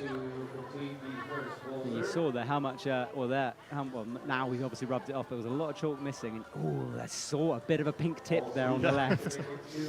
Yeah, if you're not a climber, once your skin gets thin, you can start to see the sort of blood vessels appear underneath the skin. We call it thin tips, and it's not only is it painful, but there's less friction there for you to hold on to.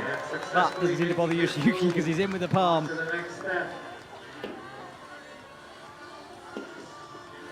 Wants to bring the right foot up. Hasn't got the body position yet, but will be able to from that position. Couldn't get the left arm up in time to catch that swing.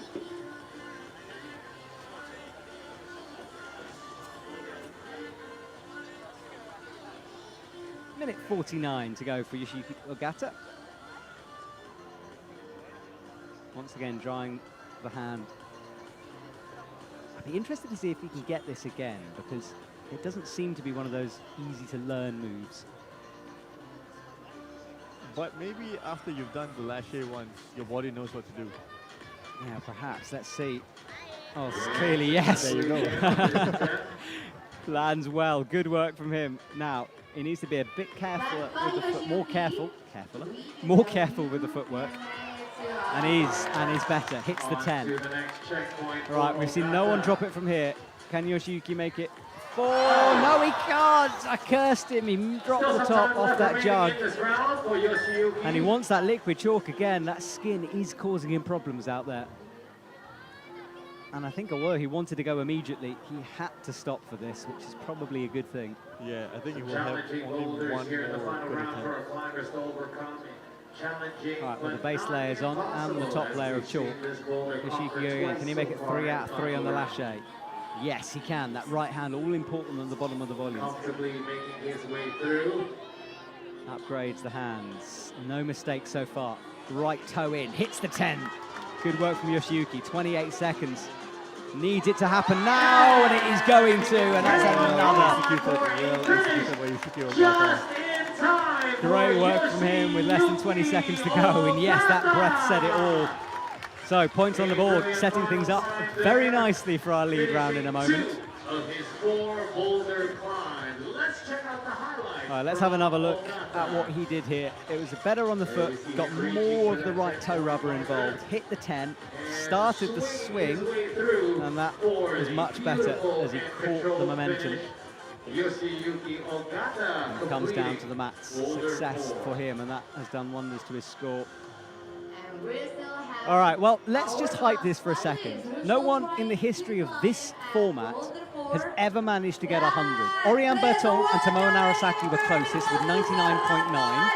If Serato could flash this boulder, we're witnessing history. But we know how hard this move is, so everyone at home, all of your digits crossed, please. Toes, fingers, tongue, I don't care what you're crossing, cross it. Let's see if you can do it. Serato starts the swing. Selama ini 3 boulder sebelumnya, walaupun cukup menantang, bisa diselesaikan. Oh, he's in the first move. Great first attempt. Here we go. Can he do the second jump? A long way to go still on this boulder. Upgrades the right part. I am leaning forward in my seat. I'm so excited. He has made the second move. That's the 10. Serato is 1 move away from history here. He starts the swing. No, he pauses. Come on, Serato. Starts this back and forth, the tick-tock, makes the double, and no, drops the top. Serato, he used the yellow hold. It's not going to be a perfect score. He dropped what's potentially the easiest move on the boulder. But he was the only one to use the yellow. I think if he went straight for the blue, he could have held it, I think. I agree with you. Well, it's not going to happen tonight. The 200 still evades us. But regardless, Serato is out in front. Into the palm again. Starts pressing. Left thumb involved. Will he make that adjustment on the final hold? Ignore the yellow. It's not necessary, Serato. Well, it is. I mean, look, you can obviously use it. The setters put it there for a reason, but it might be easier to avoid it. And he doesn't. Oh, so tell us physically what's going on here with that one. Okay, so the thing is, when he catches the yellow one first, his left hand lands with the blue one. When your left hand is the first thing that lands with the blue one, it's not in the right position for you to hold the swing. So in order for you to hold the swing, your right hand have to come in quite fast again to match that last hold. Whereas all the other guys who start the move, they went straight their right hand into the nicest part of that blue hole. There we go. Thank you. Brilliant explanation, by the way, as well. And what's interesting to me is, presumably the Japanese athletes would have read this boulder together as well. They tend to, mainly because of a language barrier. And Serato, the only one to even attempt that move. I think maybe all of them read the yellow paddle move, but in the moment when they're up there, they thought, okay, the blue is not that far. Why not just try and go for it? Yeah, maybe experience. I mean, you've got to remember, Serato's super, super young. You know, this is his first full only season. 16. Yeah. Well, he climbs like a seasoned athlete. Yeah, he does indeed, but sliding down. And after this perfect round, this is where the sort of maths of the boulder round is interesting, because, you know, flashes are, of course, important, but they count for less in this format because he's only point something ahead. Yep. But if he can obviously get this 25, it's going to boost him way up the scoreboard. So let's see. But he needs to figure this out quickly because 55 seconds is not a lot of time. And what will irritate him is he knows other people have climbed this. Yeah, he knows it's toppable, and he knows he needs to top this also as well. Serato starts the swing once more. Easy with the lache move. Works those feet over. Gets stood up. Left, right. So far, so good. Let's see if he can hold it. He does this time. Fingers just tightening up at the last moment to pinch it better. Well, that's a perfect round in terms of tops for Sorato. He's out in front into the 99s. Good work from Sorato. And that has set things up for him for the lead round. He's in good position going to the lead round, especially knowing from 2 days ago qualification, he was the only one that topped. Yesterday's semifinals, he was the only one that topped as well. Well, And with lead coming up, with such a high score on the boulder, it's his goal to lose, actually. absolutely. Well, he's put himself in the best position, and that's how he did it. He found the finger strength on the final swing. We'll check the scores in a sec. But Sorato celebrates. Job done for him. He will now return, find his harness, and we will reset for the lead round. And we will take a little break in a minute after we've looked at the scores and return for the lead. So Sorato, 99.7, close but not quite. Tokian Lee after that, 84. Yoshiyuki Ogata, then Yufei Pan a little bit lower on the 68s. Meichi down in the 40s. Jongwon Chon, Raviandi Ramadan, and Yunchon Song. And Yunchon has a huge amount to do. So that's the scores as they stand. 100 points available for the lead. Go away, put the kettle on, come back. We will return and find out who our next future Olympian will be. We'll see you soon, everyone.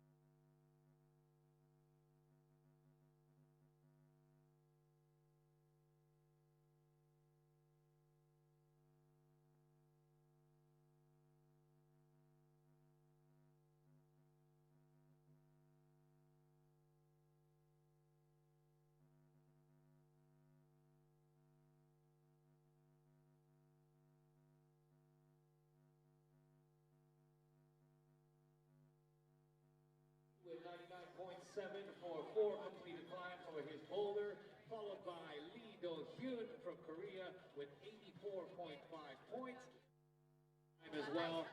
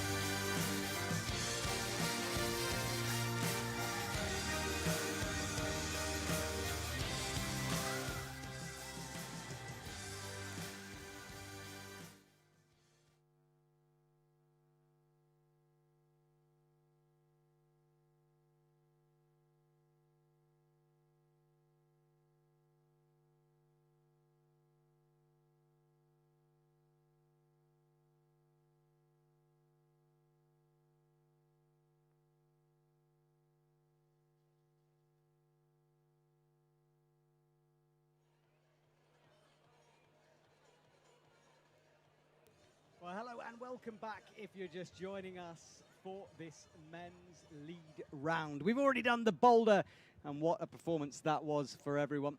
Incredible, high-scoring round for the men, and we will let you know the scores on the doors. But Serato Anraku, 99.7, is leading the way at the moment. Almost a perfect round from him, but not quite. Wasn't going to be history tonight. But he has set himself up very well, Safwan, for this lead. I think that it was the commentator's curse. Like, you shouldn't have said he could do the perfect round. I've got to create a bit of drama in here. Plus, one day I will see the perfect round. But Hopefully. until then, we won't. And we're just pausing a second here.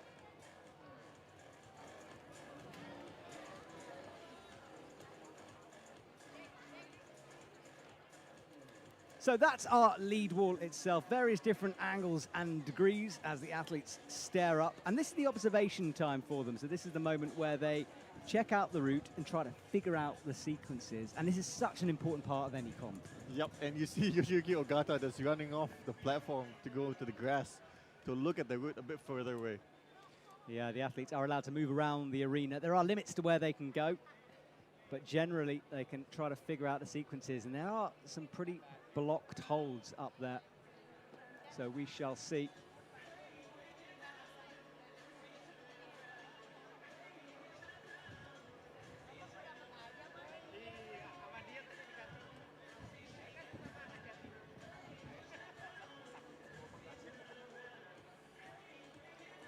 Pangapin satu.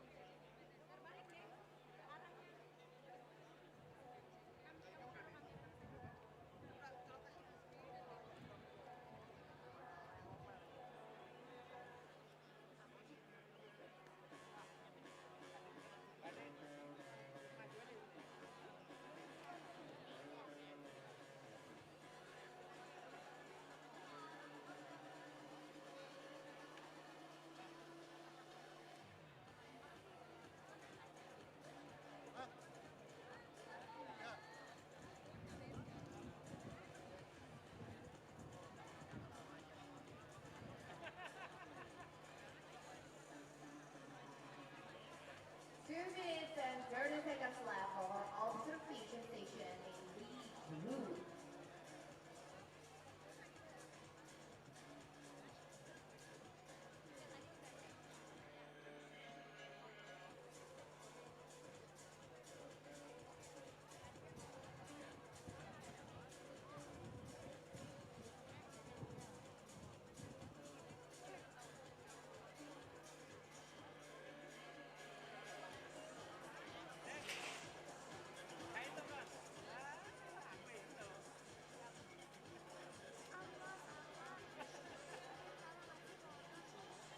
Well, apologies about the interruptions there. We're having a few technical issues. Hopefully we're sorting it out now.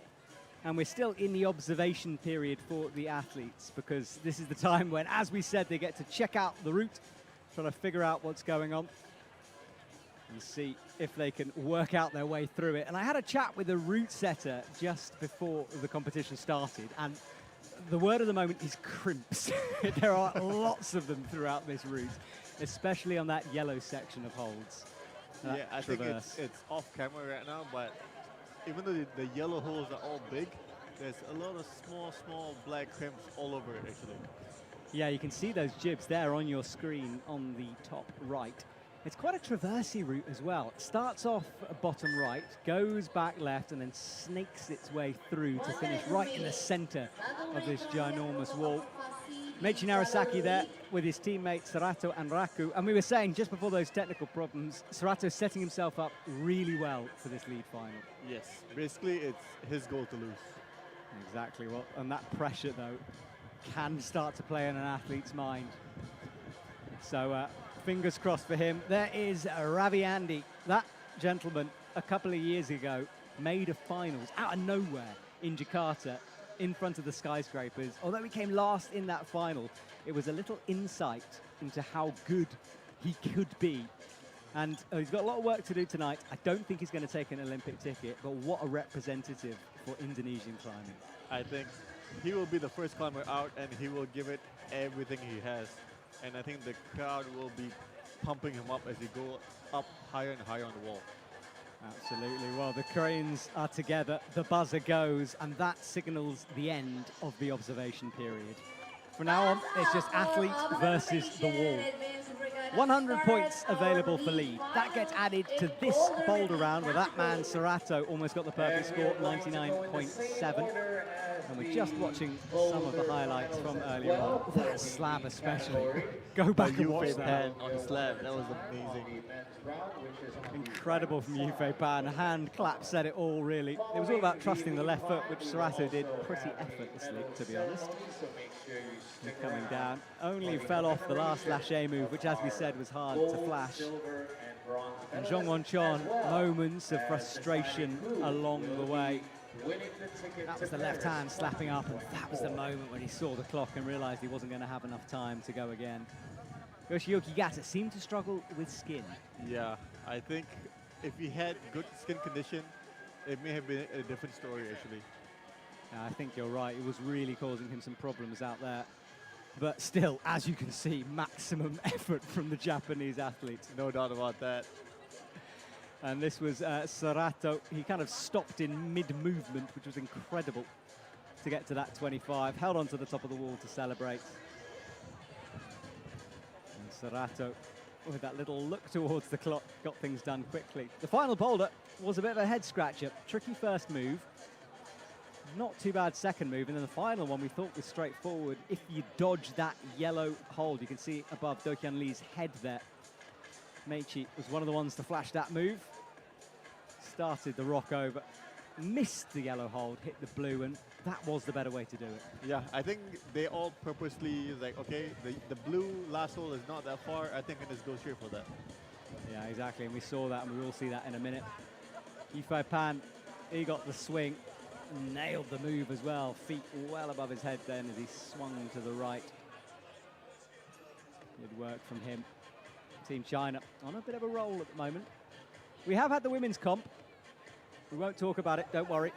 But go back and watch that if you haven't already, because it was a nail-biter of a finish, as was this move, Yoshiyuki.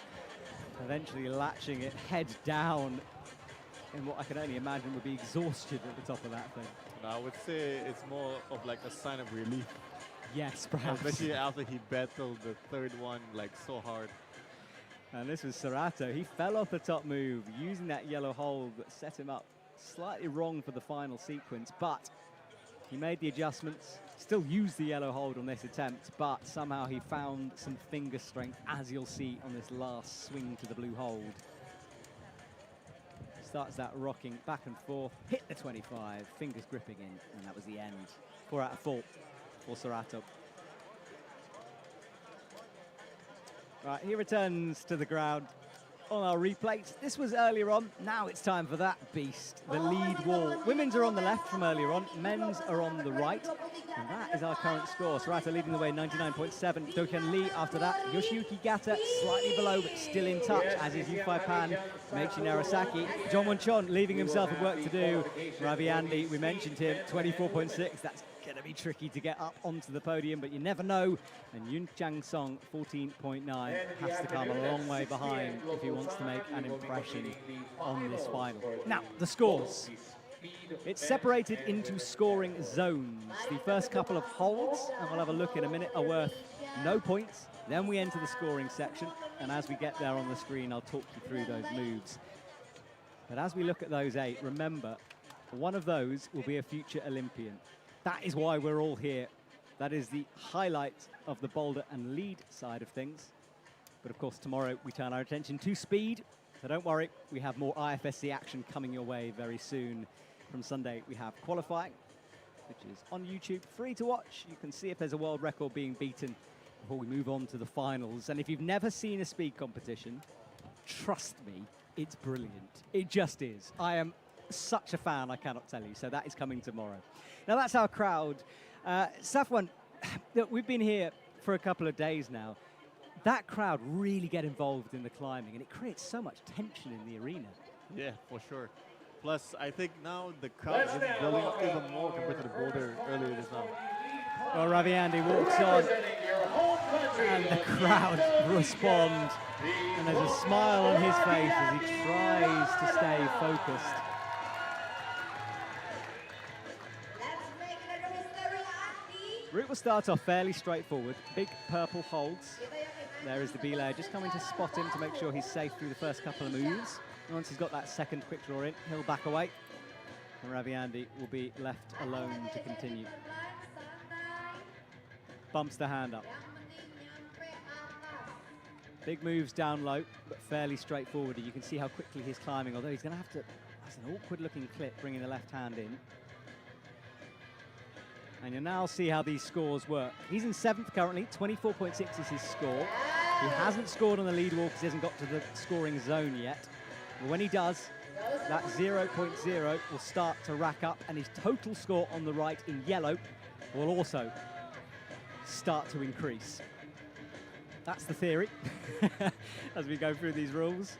And he's resting with a good heel on the slopers. Yeah, so a lot of lead climbers try to get in good resting positions with heel hooks or toe hooks to try and shake out and save as much energy as they can.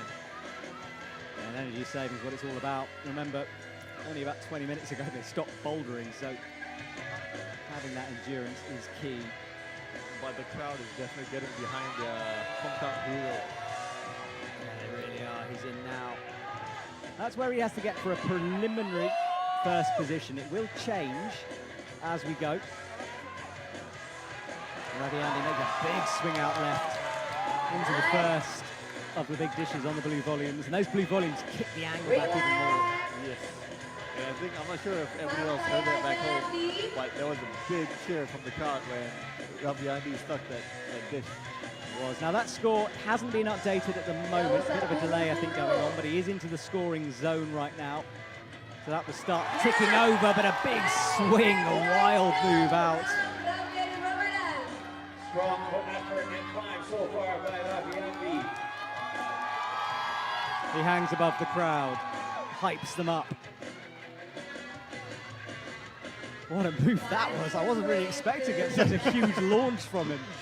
He flew across the wall. I think he seems to be enjoying his climbing as well. Yeah, he is. I mean, you've got to love it, haven't you? I mean, your own country, in front of your home crowd, and you're in the finals with a potential Olympic ticket on the line. Doesn't get much better than that. Now, I said crimps. This is where it begins. Black jibs on yellow volumes. Some of them are quite hard to see. They're that small, but they are there in places. So keep an eye as he goes. And you can see the zones there. He's going to enter the 30 zone. 3 points per hold after that. And then where it says 60, it's 4 per hold.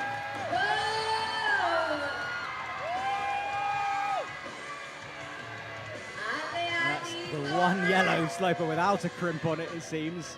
And look at his fingers, pretty heavily taped there in places as he cuts loose above this crowd, and then starts the tick-tock to the right. He slips and falls. And that's not going to be enough for a ticket. What a performance from Ravi Andy. He should be proud of that. That's boosted him up into 5th position. 57.7 is his score. And remember, that's Boulder combined with lead.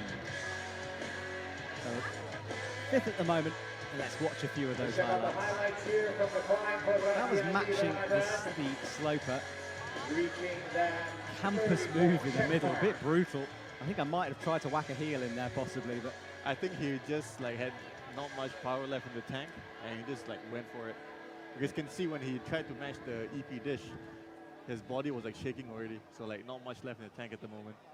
Yeah, exhaustion for Ravi Andy. Well, he will now go and sit on the left of the stage, and there we go. Scores updated. So 57.7 for him. And he will go and sit on those white couches and watch his fellow athletes compete. Ravi Andy, one to watch for the future. Another big finals for him. And he does travel the world with the IFSC circuit as well. Had good performances throughout Europe during the summer. Next up, Jeongwon Chon. I hope he's put this frustration behind him, because you could see how disappointed he was in that boulder wall. Yeah, he's been quite unlucky tonight in the boulder round. Let's hope he does something great for the lead in a minute. Yeah, you do feel for him. Close in so many boulders, but couldn't quite finish things off. As the clock on the right, the athletes have 6 minutes to climb this lead wall. We have occasionally seen climbers getting timed out. I have a feeling with a route this hard, they're full before they're timed out, but you never know. But they do have a limit similar to Boulder, and that's worth just keeping in mind as it ticks down. So you can see John Won's score now starting to go over. 2 at the moment, adding to that Boulder at 33.7.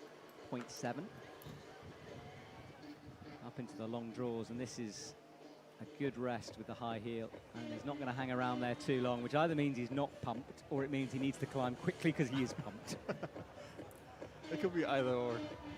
I'd always want to know. I need a sign held up for me, please. Right, into the crimp, awkward angle with the left hand for this, and he throws up, nearing the 10-point scoring zone.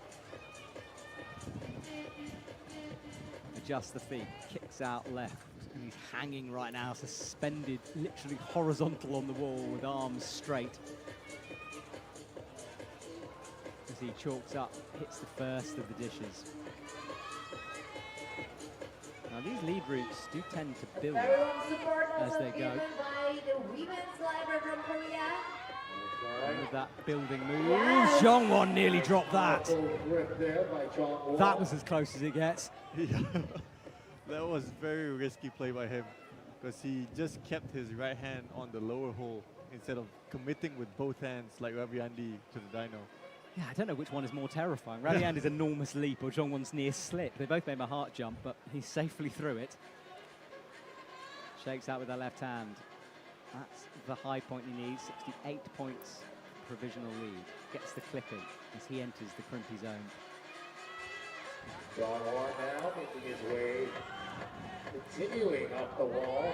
Swings in. Will he put a heel? Will he involve his feet or decide to campus? There aren't feet down low for sure, but there are high feet. And he does put a heel in. And I think he's going to launch, yeah, so he's trying the heel in the dish, at least to clip. Yes. But now he's got a conundrum, doesn't he? Does he drop that heel? He's going to go feet first.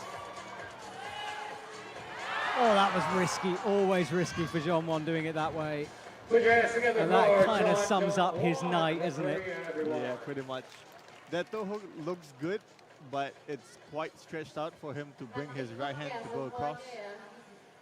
Yeah, and it's left him down on the leaderboard. Well, a night to forget for John Won, but look, I know him personally. I know what an idol he is in South Korea. He's a lovely, lovely man, and we will see him again next year in the OQS series. There is still chances for John Won. That was the heel, the toe, just all out of shape on that move. Yeah. I think John Won will learn from that one. He says goodbye from the Thank crowd. you, John He Won, exits the stage for that climb. with that tired walk that he's had all evening. I think fatigue really kicking in for that man. We're going to clear the way right now. We have As we follow him to the edge of the stage, representatives for Korea and coming he up flicks his next. eyes down to the scoreboard, which is waiting on that iPad. Second representative for Korea. Well, we're moving quickly through this. Yoon Chang Song is up next, Yoon Chan. and he has some work to do on this lead walk. Yeah, he's been quite unlucky in the boulder round earlier. Let's hope he puts up a good fight in the lead. Yeah, he might as well just leave it all on the table at this point and go for it. He's got nothing to lose. Heels in down low. Nice, easy pinches to get him into this route. There's the first scoring zone. Before that, technically, if an athlete falls off, they don't get any points. But from now on, he is scoring.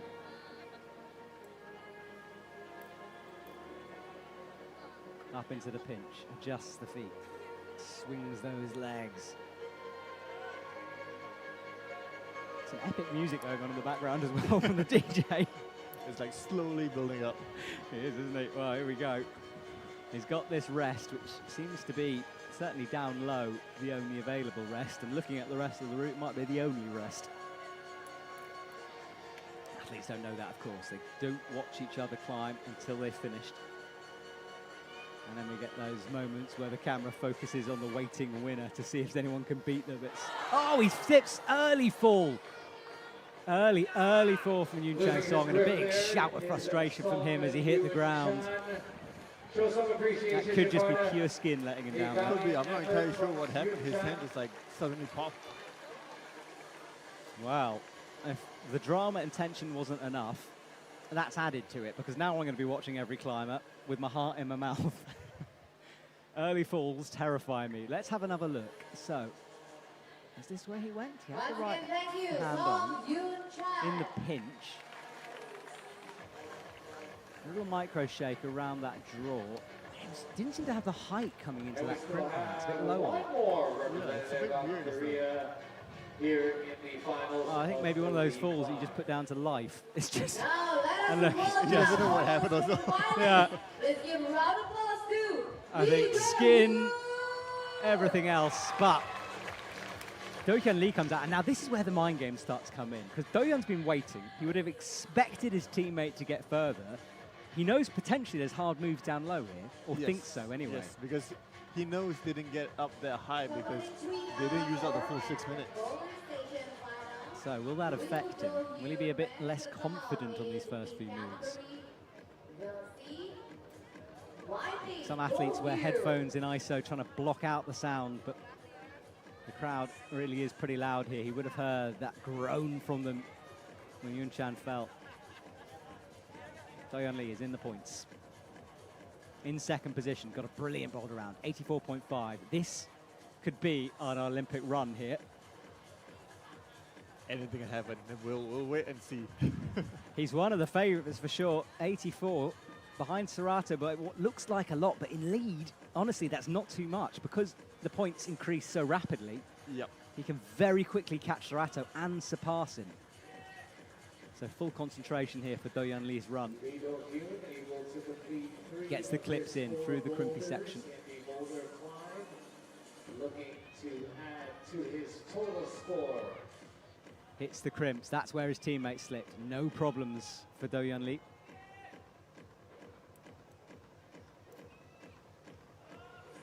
This is the position where he's almost horizontal with those straight arms. Starts to swing. Now this is the nervy move coming up, everyone. Let's see how he does it. Will it be the launch? Will it be the right hand? It's going to be dramatic. I think he may go both hands. Let's see. He's preparing himself. He's getting himself set. I think he is going to jump. He does. Hits one hand, holds the swing. That's even way more risky, actually, with just one hand. What are they doing to us, these athletes, eh? Well, that's a relaxed, casual position as he hangs just 2 limbs on the wall, 2 points of contact. Most climbing instructors will tell you 3 points of contact, but let's ignore that. These guys are pros. Oh, a bit of a hesitation as he went up towards the crimp, but got it in. Lots of time remaining for Do-Hyun on this climb. That was the hold he caught with the hand. Changes the feet now, drops that right foot underneath. No texture though on the blue volumes. Do-Hyun Lee crosses through. Didn't try the heel like now, puts the heel in. He's going to make the clip from this position, but it's awkward around his leg like that. You can see him dragging it over, makes it a little harder, takes more out of your arms, and he needs to flick that rope around, which he does, and again, that would have taken some energy. Yep. But he swings his heel and looking much better than Kong Dong-won just now. Yeah, he does. So maybe a feet first sequence, but I'm not sure. He certainly read it like Jeongwon did, but as you said, more power, better from Do-Hyun Lee. Makes it work. Wonderful execution. Well, the points rack up, 3 points per hole from now on, and this will be increasing the lead with every move, but now he's starting to fight as he hits the first of the crimps. Wraps into the next. And a bit of a knee scrub going on here, not a full knee bar, but just pressing against the surface. He's definitely fighting now. He is fighting, isn't he? He's in the top spot, but he's struggling. Matches with both hands, and he does fall. You could see it coming. 132.5. That's going to be tight, isn't it? But I think he gave it everything he had. For sure, nothing left for Do-Yeon Lee. So now he has that awful position of waiting. And he's got to wait a long time. Serato, his nearest rival, climbs last, remember. This was down low. 2 points of contact, hanging, trying to get rid of some pump from his arms. Did well for the foot first. And this was where he fell, burning out. Got a bit mixed up with the feet down on that dish as well. Well, Do-Yeon Lee will have a moment of pause here, and we'll pause as well as we reach the halfway point of this lead round. Do-Yeon Lee will join Jongwon and the 3 Koreans all together there. That's brilliant. That's a portrait shot. That's an album cover right there.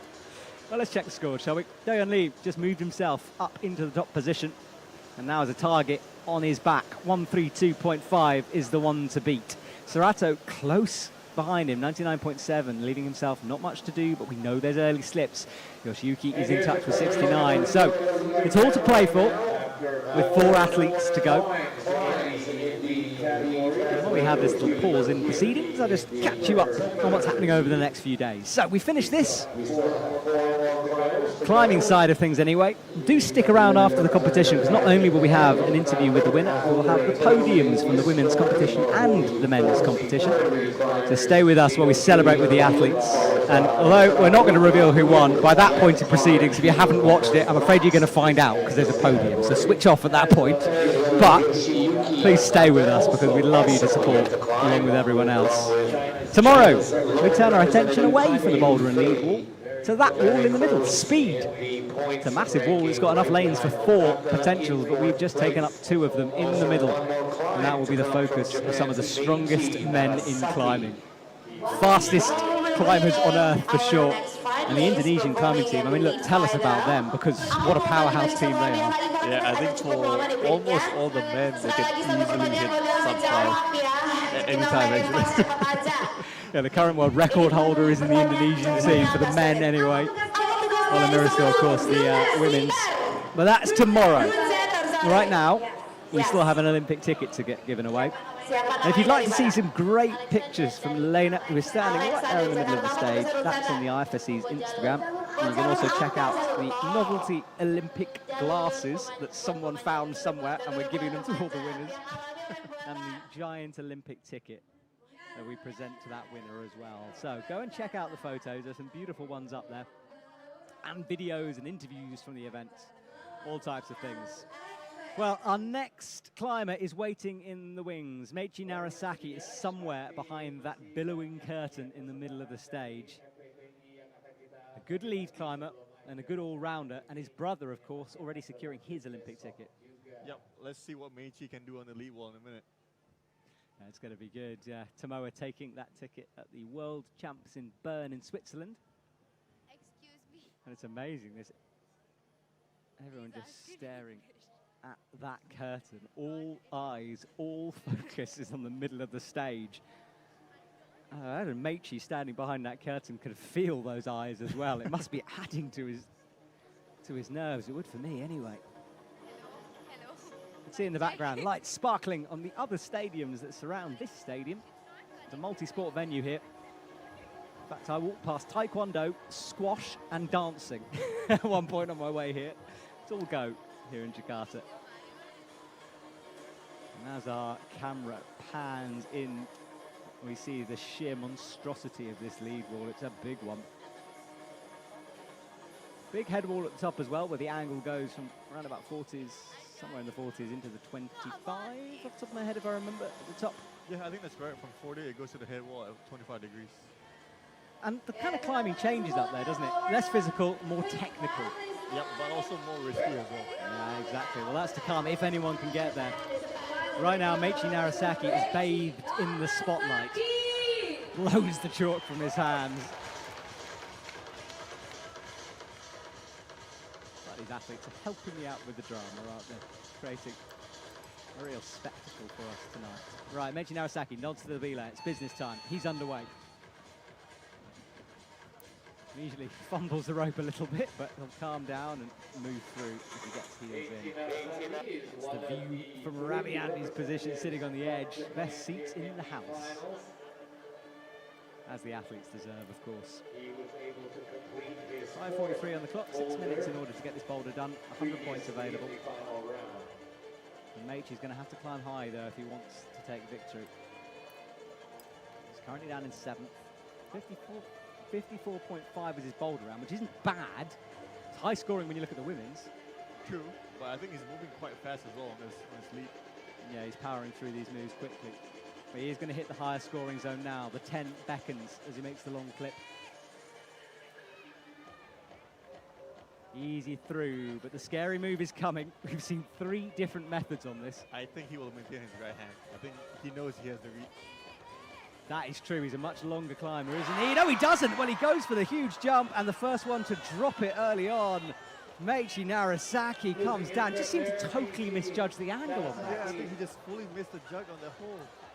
Oh, I want to see a replay, but it literally looked like he flew past the hole rather than latching it. Oh my God, I tell you what that's made me nervous for once more, is Serato's run coming up later on, because we know how many, there's 2 droppable points down low now. So nothing is secure. Let's watch a replay of this again. Meiichi was solid down low, looked good climbing through the crimson. This was the jump, bizarre. Just missed it. He overshot the hole actually. He went above the jug and then dropped down, but he couldn't catch the jug. But you don't often see something quite that devastating in terms of a miss. Well, Meiichi's night is done, and it's good that he could smile about it. I mean, look, what else can you say at that point? Not really down to skill, he just made a mistake. So that's another Japanese athlete out of the running, which means we've only got 3 potentials to try to take Do-Hyun Lee off the top spot. Yufei Pan from China to come next, then Yoshiyuki Ugata and Serato and Raku to come. 3 remaining before we give away an Olympic ticket. And there is Do-Hyun Lee. And I can imagine the nerves in terms of sort of like levels. And for Do-Hyun Lee, it's racked up a bit more. Another climber falls, another rival gone, the tension increases. Yufei Pan is out from China. He's got 40 seconds in order to remember the route, air climbing with his hand, looking at these sequences. And he'll be hustled forward by the B-layer to approach the wall. Here we go. And I'm sure he heard the gasp from the crowd just now as well. Yeah, good point. So he knows something is droppable early. Yeah, not only droppable, but spectacularally droppable. I mean, it was a gasp, audible gasp from the crowd when that happened. Right, he's quickly into the scoring zone though. Has a toe and a heel, looking solid down low. In 4th position. 6 minutes back on the clock. Hits the right toe. Big move early on there from Yufei Pan. Down in 3rd at the moment. Score moves into the 70s. He has a bit of a moment with that clip, but gets it in. I'm going to try to describe to you what's going on in the stadium, because if there's a set of eyes available, everyone is staring up at that lead wall. People are barely speaking, barely whispering out there. The tension is so great. Right hand up towards the 10 now. That was the first droppable point. And there is a big one coming up, and the crowd know. And the reaction if he gets this is going to be massive, because they want him to get through it. Here we go as he gets set for the jump. A brief rest before committing to the next sequence. That's the left. Gets a back toe in order to rest. Right, hold your breath, everyone. Here it goes. The first terrifying moment in this lead wall as he gets set. Oh, that's a huge rotation through. I tell you what, there's a few people in my commentary box right now, and everyone did the same thing, which is head in their hands, turning around. I'm sure you did at home. That was really close. That was insane, actually. Almost a full rotation around on that jug. It's a good enough hole to stop a swing like that, but still. Well, he matches now. We'll calm the heart rate down a little. Well, that kind of a move for Yoshiyuki and Serato coming up is a kind of a move where you can lose an Olympic ticket up into the crimps. Reaches out to the right and hits the long draw before beginning the traverse to the right on the crimps. There is actually a jib in that yellow dish. I didn't really notice it before that. He's hit it perfectly. Oh, yeah, I think it's like either yellow and yellow or just like fully chalked up black chip on it. I think it's yellow on yellow because it was very hard to see early on, but there is a jib there. Hits the heel. Upgrades. What flexibility from Yufei Pan. Adjusts and bumps the hand. Oh, he's going to swing the right. That's risky. I suddenly realised that's what he was going to do a second before he did it. And Yufei Pan is giving us some moments here. Out into the crimp, locks it off. That thumb wrapping over the fingers in order to get some more purchase. Big, big left drop knee. Yufei Pan will just shake out and rest with a pinch in. Tries to find the feet. This is the move that we know is physical and hard, and he's through it. 1-1-3. A high point, but a long way to go before he latches the win. Yeah, I think he knows it's the high point. Look at the face though. He's working so hard. Surely he's off here. Oh, he's not. He unwinds and he wants the crowd up. He's definitely pumped up for this. I don't think he knew he was going to make that move, and the second he hit it, he's got more opportunity here. That's our leaderboard. We want to see the climbing. There we go. That's first position, so he's knocked Do-Yeon Lee, if I'm right, off that top spot. We're just going to reset the scores for you to have a look from our end, just to make sure, but I'm pretty sure. He's standing on the right, a bit awkward for him. So we're waiting for these scores to be updated, and he is in the lead, 144.8 over Do-Yeon Lee, who's disappointed, but what a climb from Yufei Pan here. Screaming his way up as he latches the crimp with the left hand. And the top is in sight. I did not expect this. Listen to the scream. The mics on the wall catching him. A huge jump. Wow. What a climb by Yufei Pan. How that man is even breathing with the effort he just put in, I don't know. Do-Yeon Lee is knocked out, but Yufei Pan just had the lead route of his life just then. Wow. Well, the Japanese team look on with smiles on their face. Yufei Pan will undo the knots, which will have locked up under that fall. Considering Yufei Pan nearly fell on that move, Yes. it was almost over, done, gone, and yet he still kept going. An example of determination, that one. I feel like every move after that first yellow dish, it was just a fight for his life. It was, fully. Well, things change once again. Yufei Pan suddenly in the top spot. Do-Yeon Lee with a smile, that's good to see. It's got to be disappointing for him, but I think he knew on the night Yufei had the better lead round there. And Meichi with a clap is still smiling. Maybe they'll be having a chat about that swing. 2 to go then. Yoshiyuki Yata had a brilliant boulder round. What can he do on the leaderboard? He'll climb quick, we know that. So grabs his chalk bucket, drops that down. I think I need a chalk bucket myself here in the commentary box. Sweaty hands going on here. Ogata approaches the wall.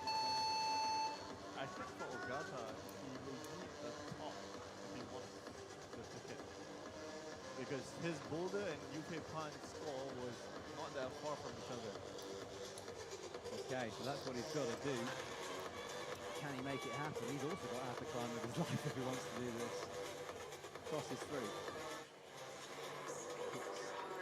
The crimps. There's the scoreboard. We want to keep that up. We want to see as that ticks through.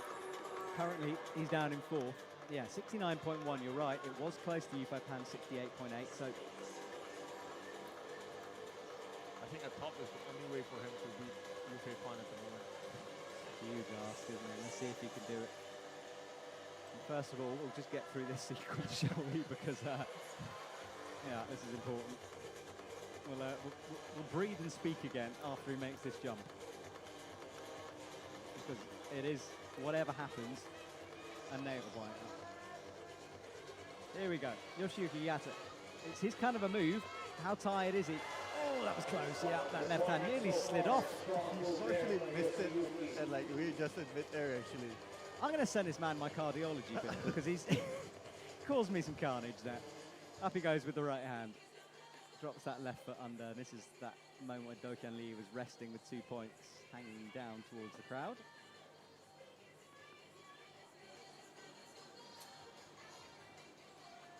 Yoshiyuki chalking up, making sure everything is perfect before committing to the next section.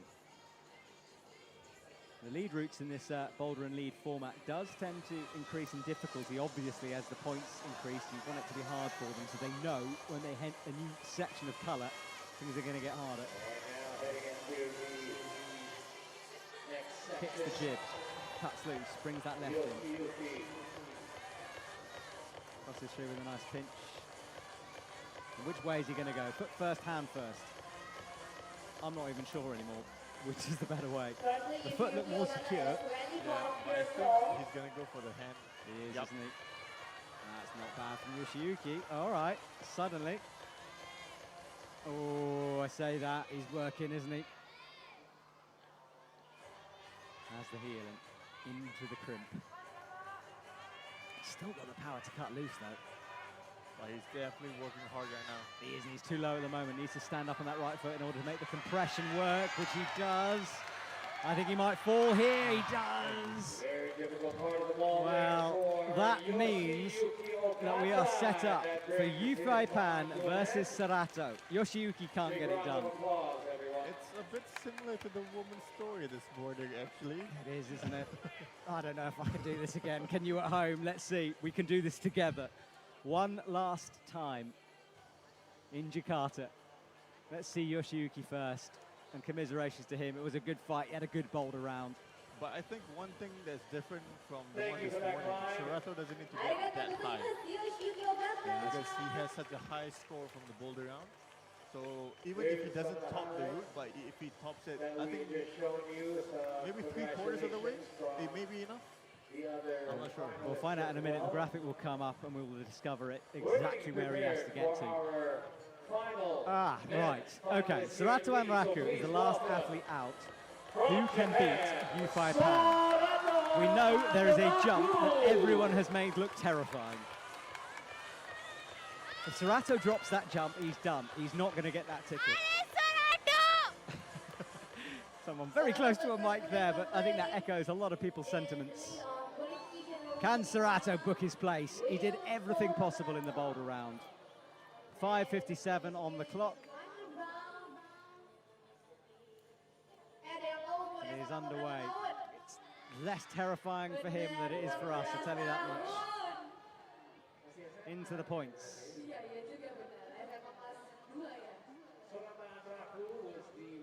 Left out to the crimps. Makes the first of the clips. There's the scoreboard, so now we get to see in real time what's going on. 99.7, he's starting to build on that. 103, he's trying to get to 164.9 or above. Left toe on, bumps that left foot. That's the position first. Needs to get to the reds. That's where he has to get to. You're right, he doesn't need to top it.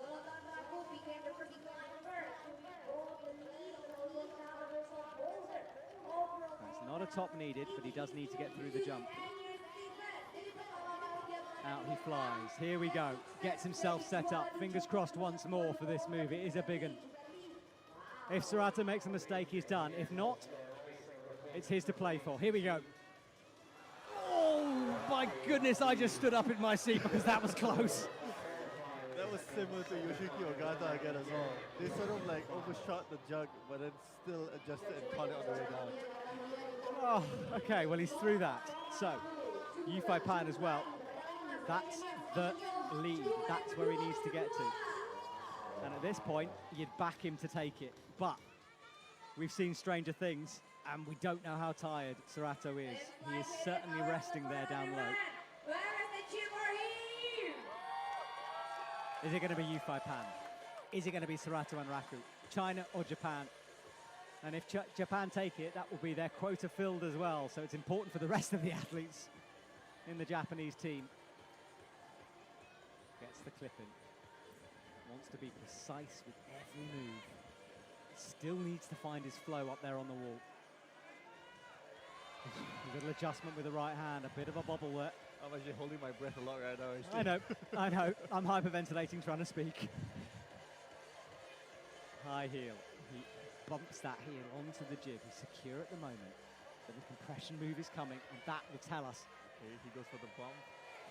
He's looking quite okay at the moment. He is at the moment, but this next sequence of moves is where we're going to find out how fresh he is. He's up into second. It's a straight fight for this ticket. Left hand, this right hand is all important. A bit of a shake with the left, brings the right in now. Drop knees. He's into the crimp, reaches up high and makes that last quick draw before the head wall. This is in Jakarta. Let me hear you make He's on some 150, noise. 14 points between him and an Olympic ticket. That's a risky cross through. Yufei Pan was grimacing though at this point. Serato looks fresher. He's nearing it now. We're very, very close. Left hand. That's the right hand. That is going to be it. Serato is going to take it and he moves through. Yufei Pan is out, but Serato, you've got to say, deserves this one. He had a brilliant qualifying run. He was epic in semis. And tonight he was unstoppable. Serato Anraku is doing a victory lap at the top of this wall as he rotates his feet through. I want him to top it out just so he can celebrate at the top. He's our next future Olympian. Right hand, one move to go. Fly, Serato, go on. What a moment. What a moment, guys. Makes the clip. Serato holds the top of the wall. And he is the gold medalist and a future Olympian. It didn't happen for him in Bern, but here in the sweat of Jakarta, Serato has pulled something out of the bag and he will walk away with that ticket. Brilliant stuff. Fully deserved win by him. He's the only one to top everything today. Like literally everything today. Nothing stopped him from the resetters. Nothing got in his way. Well, congratulations to everyone. The setters congratulate in the background because they did a good job too. All round, what a performance. Serato says goodbye to the crowd one last time. Safwan, in a minute we're going to have to say goodbye to you, my friend, because I'm going to run off and you get to go and celebrate with your team. Thank you for having me, Matt. It's been a pleasure commentating on IFSC. It's been a pleasure. Please return. I will look forward to visiting Malaysia soon. I'll see you later, mate. Thank you very, very much. Thank you. Yes, indeed, a bright future ahead for Serato Anraku. And with that climb, he has completed a perfect final Well, Serato, day with the 4 perfect completed run boulders eventually for and that 1 man. completed lead. Fantastic from him. The only climber to make it to the top. Stay tuned, All the everyone. way through, We have he looked the confident. medal ceremony And the medal coming up ceremonies next. are to come Here as we are watch some of the highlights from earlier on from that man. on the big screen.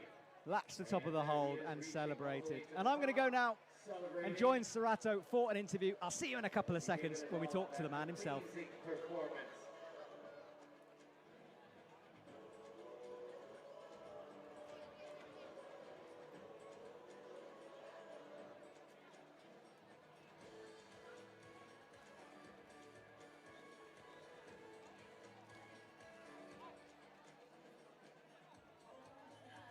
And here are the final standings. Serato Anraku finishing with a 199.7 total final score. Almost perfect for Serato Anraku. Yeah, it is 0.3 to that full score of 200. Main movement by Serato Anraku, followed by Pan Yufei, and second from China with 164.9. And in third position, we have Lee Do-hyun with 132.5.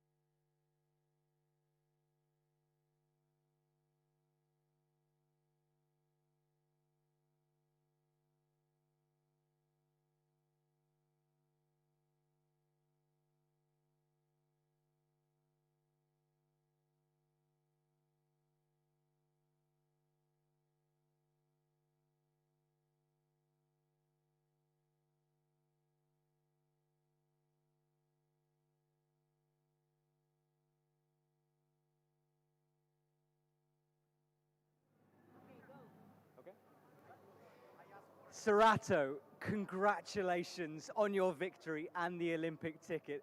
I can see for your arms how pumped you are. It must have been amazing. Tell me, what are your feelings right now? I'm so happy to get the Olympic ticket. Yes.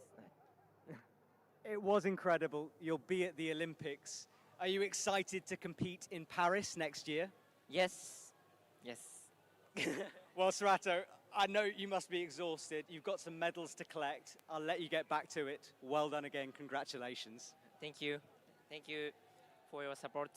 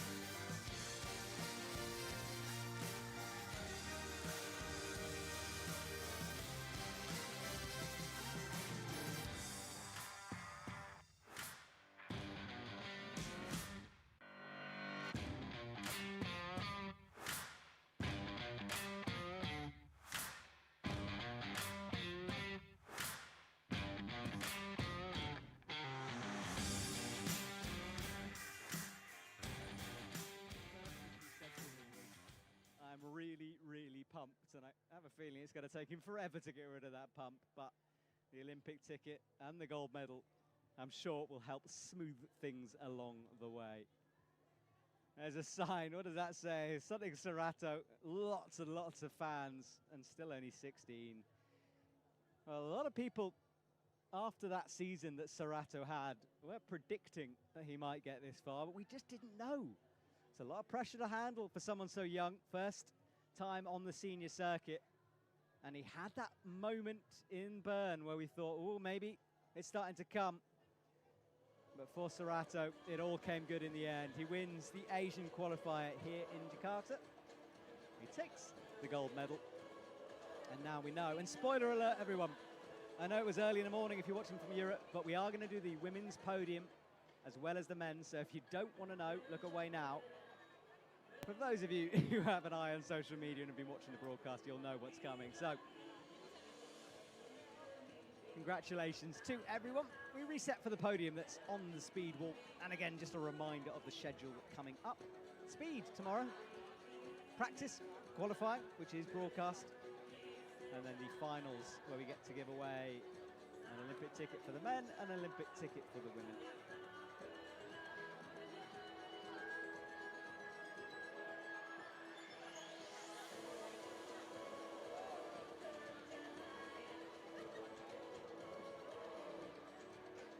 The audience starting to filter out of the stadium now. A lot of them staying, though, crowding down the front. They want to celebrate Hear those national anthems ringing out. My voice is going a bit hoarse there. I got fairly excited when Serato topped that boulder out. There's a lot of people in the audience in the same position.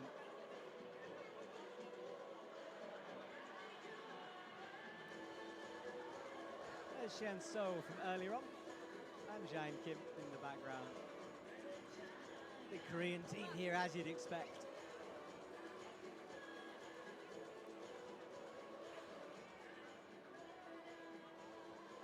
And what a spectacle of climbing that was, eh? It really was pretty special. Camera rotates over our audience's head, who are on the edge of their seat throughout that final, as I'm sure you were watching at home. Do let us know. You can go onto the IFSC Instagram, leave us some comments, tell us how much you enjoyed that, because it was a special one, wasn't it? Well, the music drops, and I think that means only one thing as the volunteers clear the stage. It is podium time. Some medals to get given away. Mid-drink for that gentleman. Looking very serious there. As is he. I'd love to know how the cameraman selects these shots. Do you think they find interesting people, or do they just randomly pan? I don't know. I'll have to have a word. Well, all eyes now, and the spotlights are on that podium, which is right in the middle of the speed wall. You see the sparkling lights from Jakarta just in the background. Huge skyscrapers surround this park, and it is a bit of a green haven in the middle of an enormous metropolis of a city. Thronging people, smoke, cars, bikes, horns, it's carnage, but here in the middle, it feels calm, and sport is the full focus. There is Team Japan. That is Team Japan's quota filled, isn't it? Tomoa and Serato will move forward. Oh, here we go. MC announces to our audience that we're ready for the podium.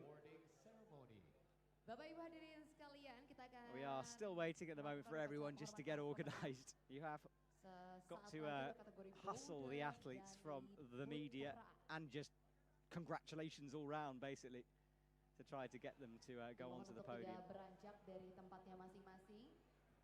Kita ikuti upacara penghormatan pemenang di kategori boulder dan lead putra yang akan dimulai sesaat lagi. And a quick reminder as well that tomorrow, starting at 1 p.m. Jakarta local time, we will hold the speed category qualifications, followed by So the men's speed podium coming up final next. for both the men's and the women's, taking place starting 6 p.m.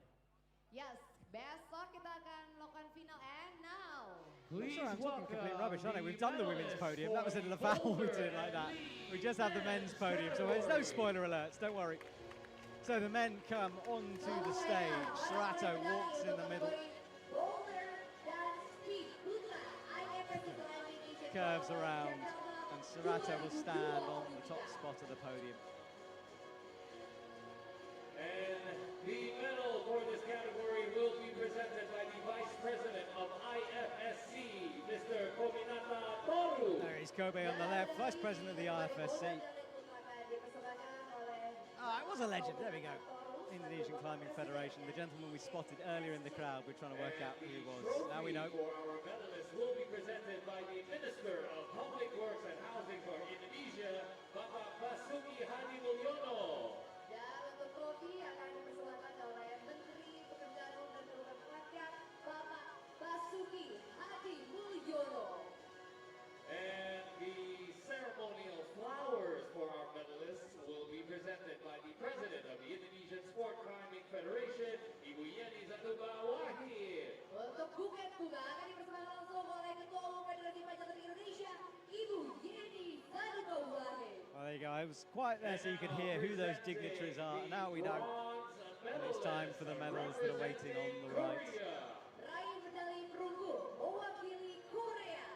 Doyan Lee was on the top spot for a while, but now he says goodbye to that top spot. He lost it to Serato, but a bronze medal for him, and he will build on that next year. Remember, there are more opportunities for these athletes to qualify in the OQS coming up. Doyan Lee has emerged as a star of that Korean team.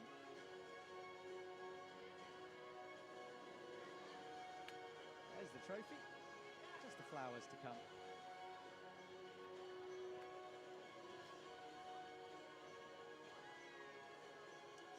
mixture of emotions must go through all of those people on the podium, apart from Serato.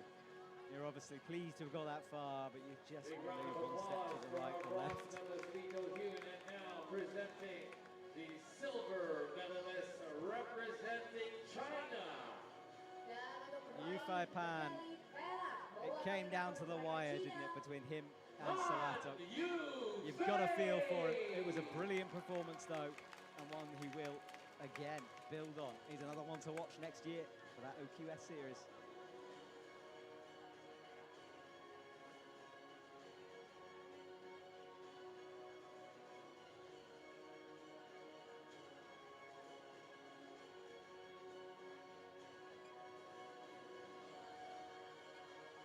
Trophies, medals, and finally the flowers. And last but not least, the man of the hour. He's been coming, he's been on people's horizons. We didn't know how high he would rise, but tonight he stands on the top spot, takes the Olympic ticket. Serato is your champion in Asia, and we will see him in Paris next summer. Sekaligus pemenang IMS Climbing Asian Qualifier Jakarta 2023 mewakili Jepang. Congratulations to Serato Anraku! The smile lights up his face, as it should. And now we can talk about potential Olympic favourites, can't we? That's a conversation to be had at some point. Who's your favourite so far? Remember, we've got more tickets to give away. Starting to shake shape, isn't it? Paris beckons.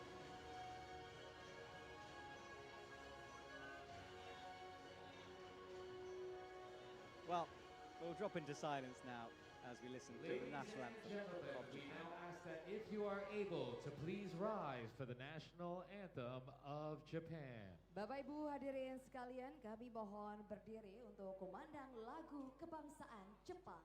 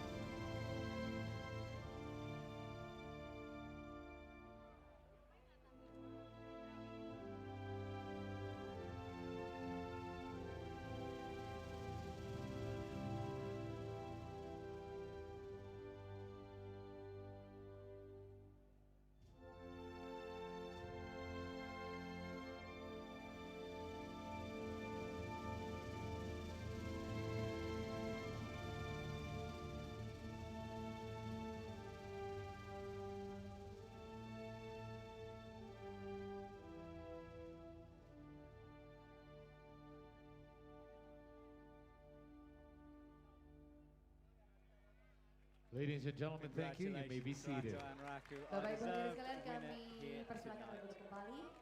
We would Another like to Olympic now ticket invite is given our away. three medalists to But we haven't join finished yet. together at the top podium for a group Tomorrow, the speed photo, will give away two more, as well one for the as men and one for the women. joining of And the Indonesian and the Chinese teams will be out in presenters for our force medals for as that well. one. But of course, it's speed. Anything can happen. Upsets along the way, perhaps. So stay tuned for that. For a final time, we have a look at our podium. And also, please rise up to the highest podium. Please Yes. join at the very top podium. Athletes will gather on the Let's top join photo together at the opportunity. top for ceremonial group photo. Congratulations to our three medalists, Serato Anraku, Pan Yufei, iPhones are out. and Lee Photographers Hune. snap away as we get that podium photo. Thank you. An amazing performance by all of you here in the lead. Well, those athletes will go away, sit in some ice baths, I'd imagine, and rest those aching muscles. They did a good job tonight after 3 days of intensive climbing. Pilipinas in Paris Olympics 2024. They leave the stage for the final time here tonight. And it's time for us to say goodbye as well. Thank you to everyone who worked so hard behind the scenes to make this comp work, but don't go anywhere yet because we will be back for speed. My name is Matt Groom. It's been a pleasure calling all the action, and I will return tomorrow for more Olympic tickets and more action from the IFSC. Thank you so, so much for watching and supporting these athletes who put everything on the line. We'll be back for more action tomorrow. Good night, everyone.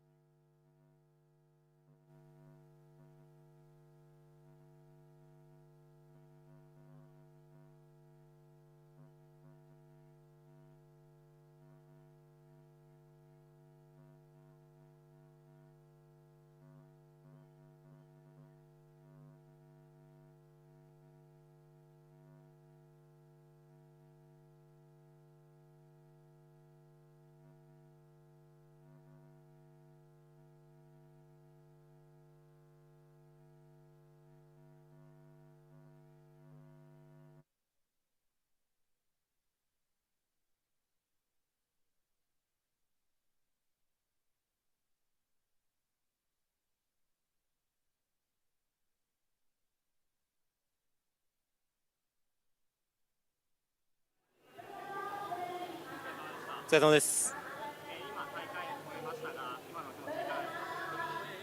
悔しいような、ある意味すがすがしいような感じはしてます。はい。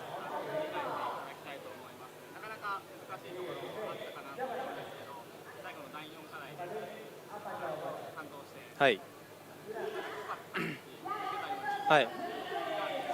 そうです。もしかしたら全部昔を過去をたどったらあるのかもしれないんですけど、決勝ラウンドで3課題連続で登れないってことがあんまり今まで経験としてなくて、かなりもうやっぱ競技中絶対にできると思っていた1、2課題目ができなくて、かなり追い込まれてたんですけど、ここでやっぱこうくじけて最終課題もできなかったらもういよいよだなと思って、なんとかすごい気合を入れ直して完登できて本当に良かったなと思います。はい。焦りはもう全くなくて、もう自分にがっかりしてしまってて、今シーズン結構もうボルダーの調子が良くて、できそうな課題っていうのは必ず決めてこられた、登ることができたんですけど、ここに来てうまく噛み合わなくて、すごいがっかりしちゃいましたね、自分に。でもやっぱり本当さっき言った通り最終課題だけは登ろうと決めてたんで。はい。はい。よく大会のこういう大事な場面で僕足を滑らせたり手が抜けたりとかすごいミスをしてしまうんで、今回こそは絶対ミスしないぞと思っても下部をすごい安定させて丁寧に登って、正直あまり警戒してないって言うとあれですけど、すごい取り先がよく見えたんで、思い切って飛んだら想像よりも手前にホールドが設置されてて保持感が違くて落ちてしまったんで、すごいびっくりしましたね。はい。はい。本当にいい経験できたなと思います。それこそ、オリンピックこそもう出られなくなってしまったんですけど、本当にこういう追い込まれた展開で気持ちを立て直したりだとか、すごいプレッシャーのかかる中で登ることができたんで、本当今後の競技人生においていい経験になったのかなと思います。はい。はい。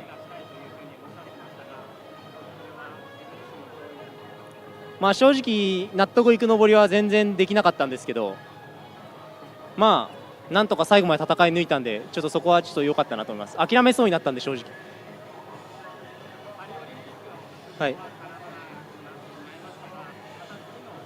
はい。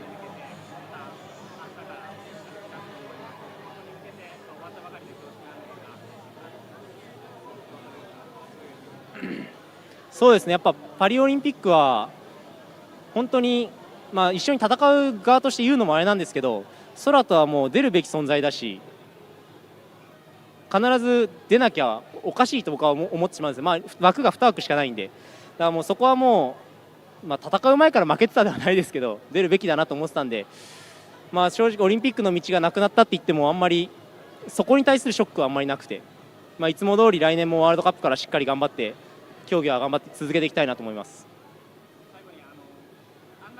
はい。はい。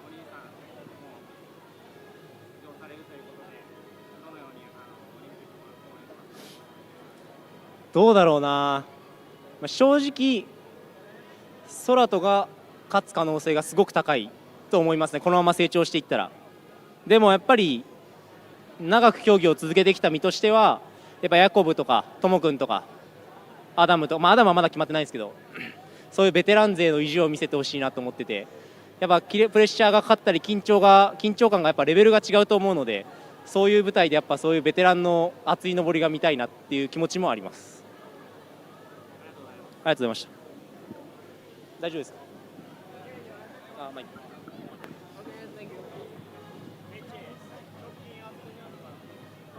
Oke Bang, selanjutnya bentar.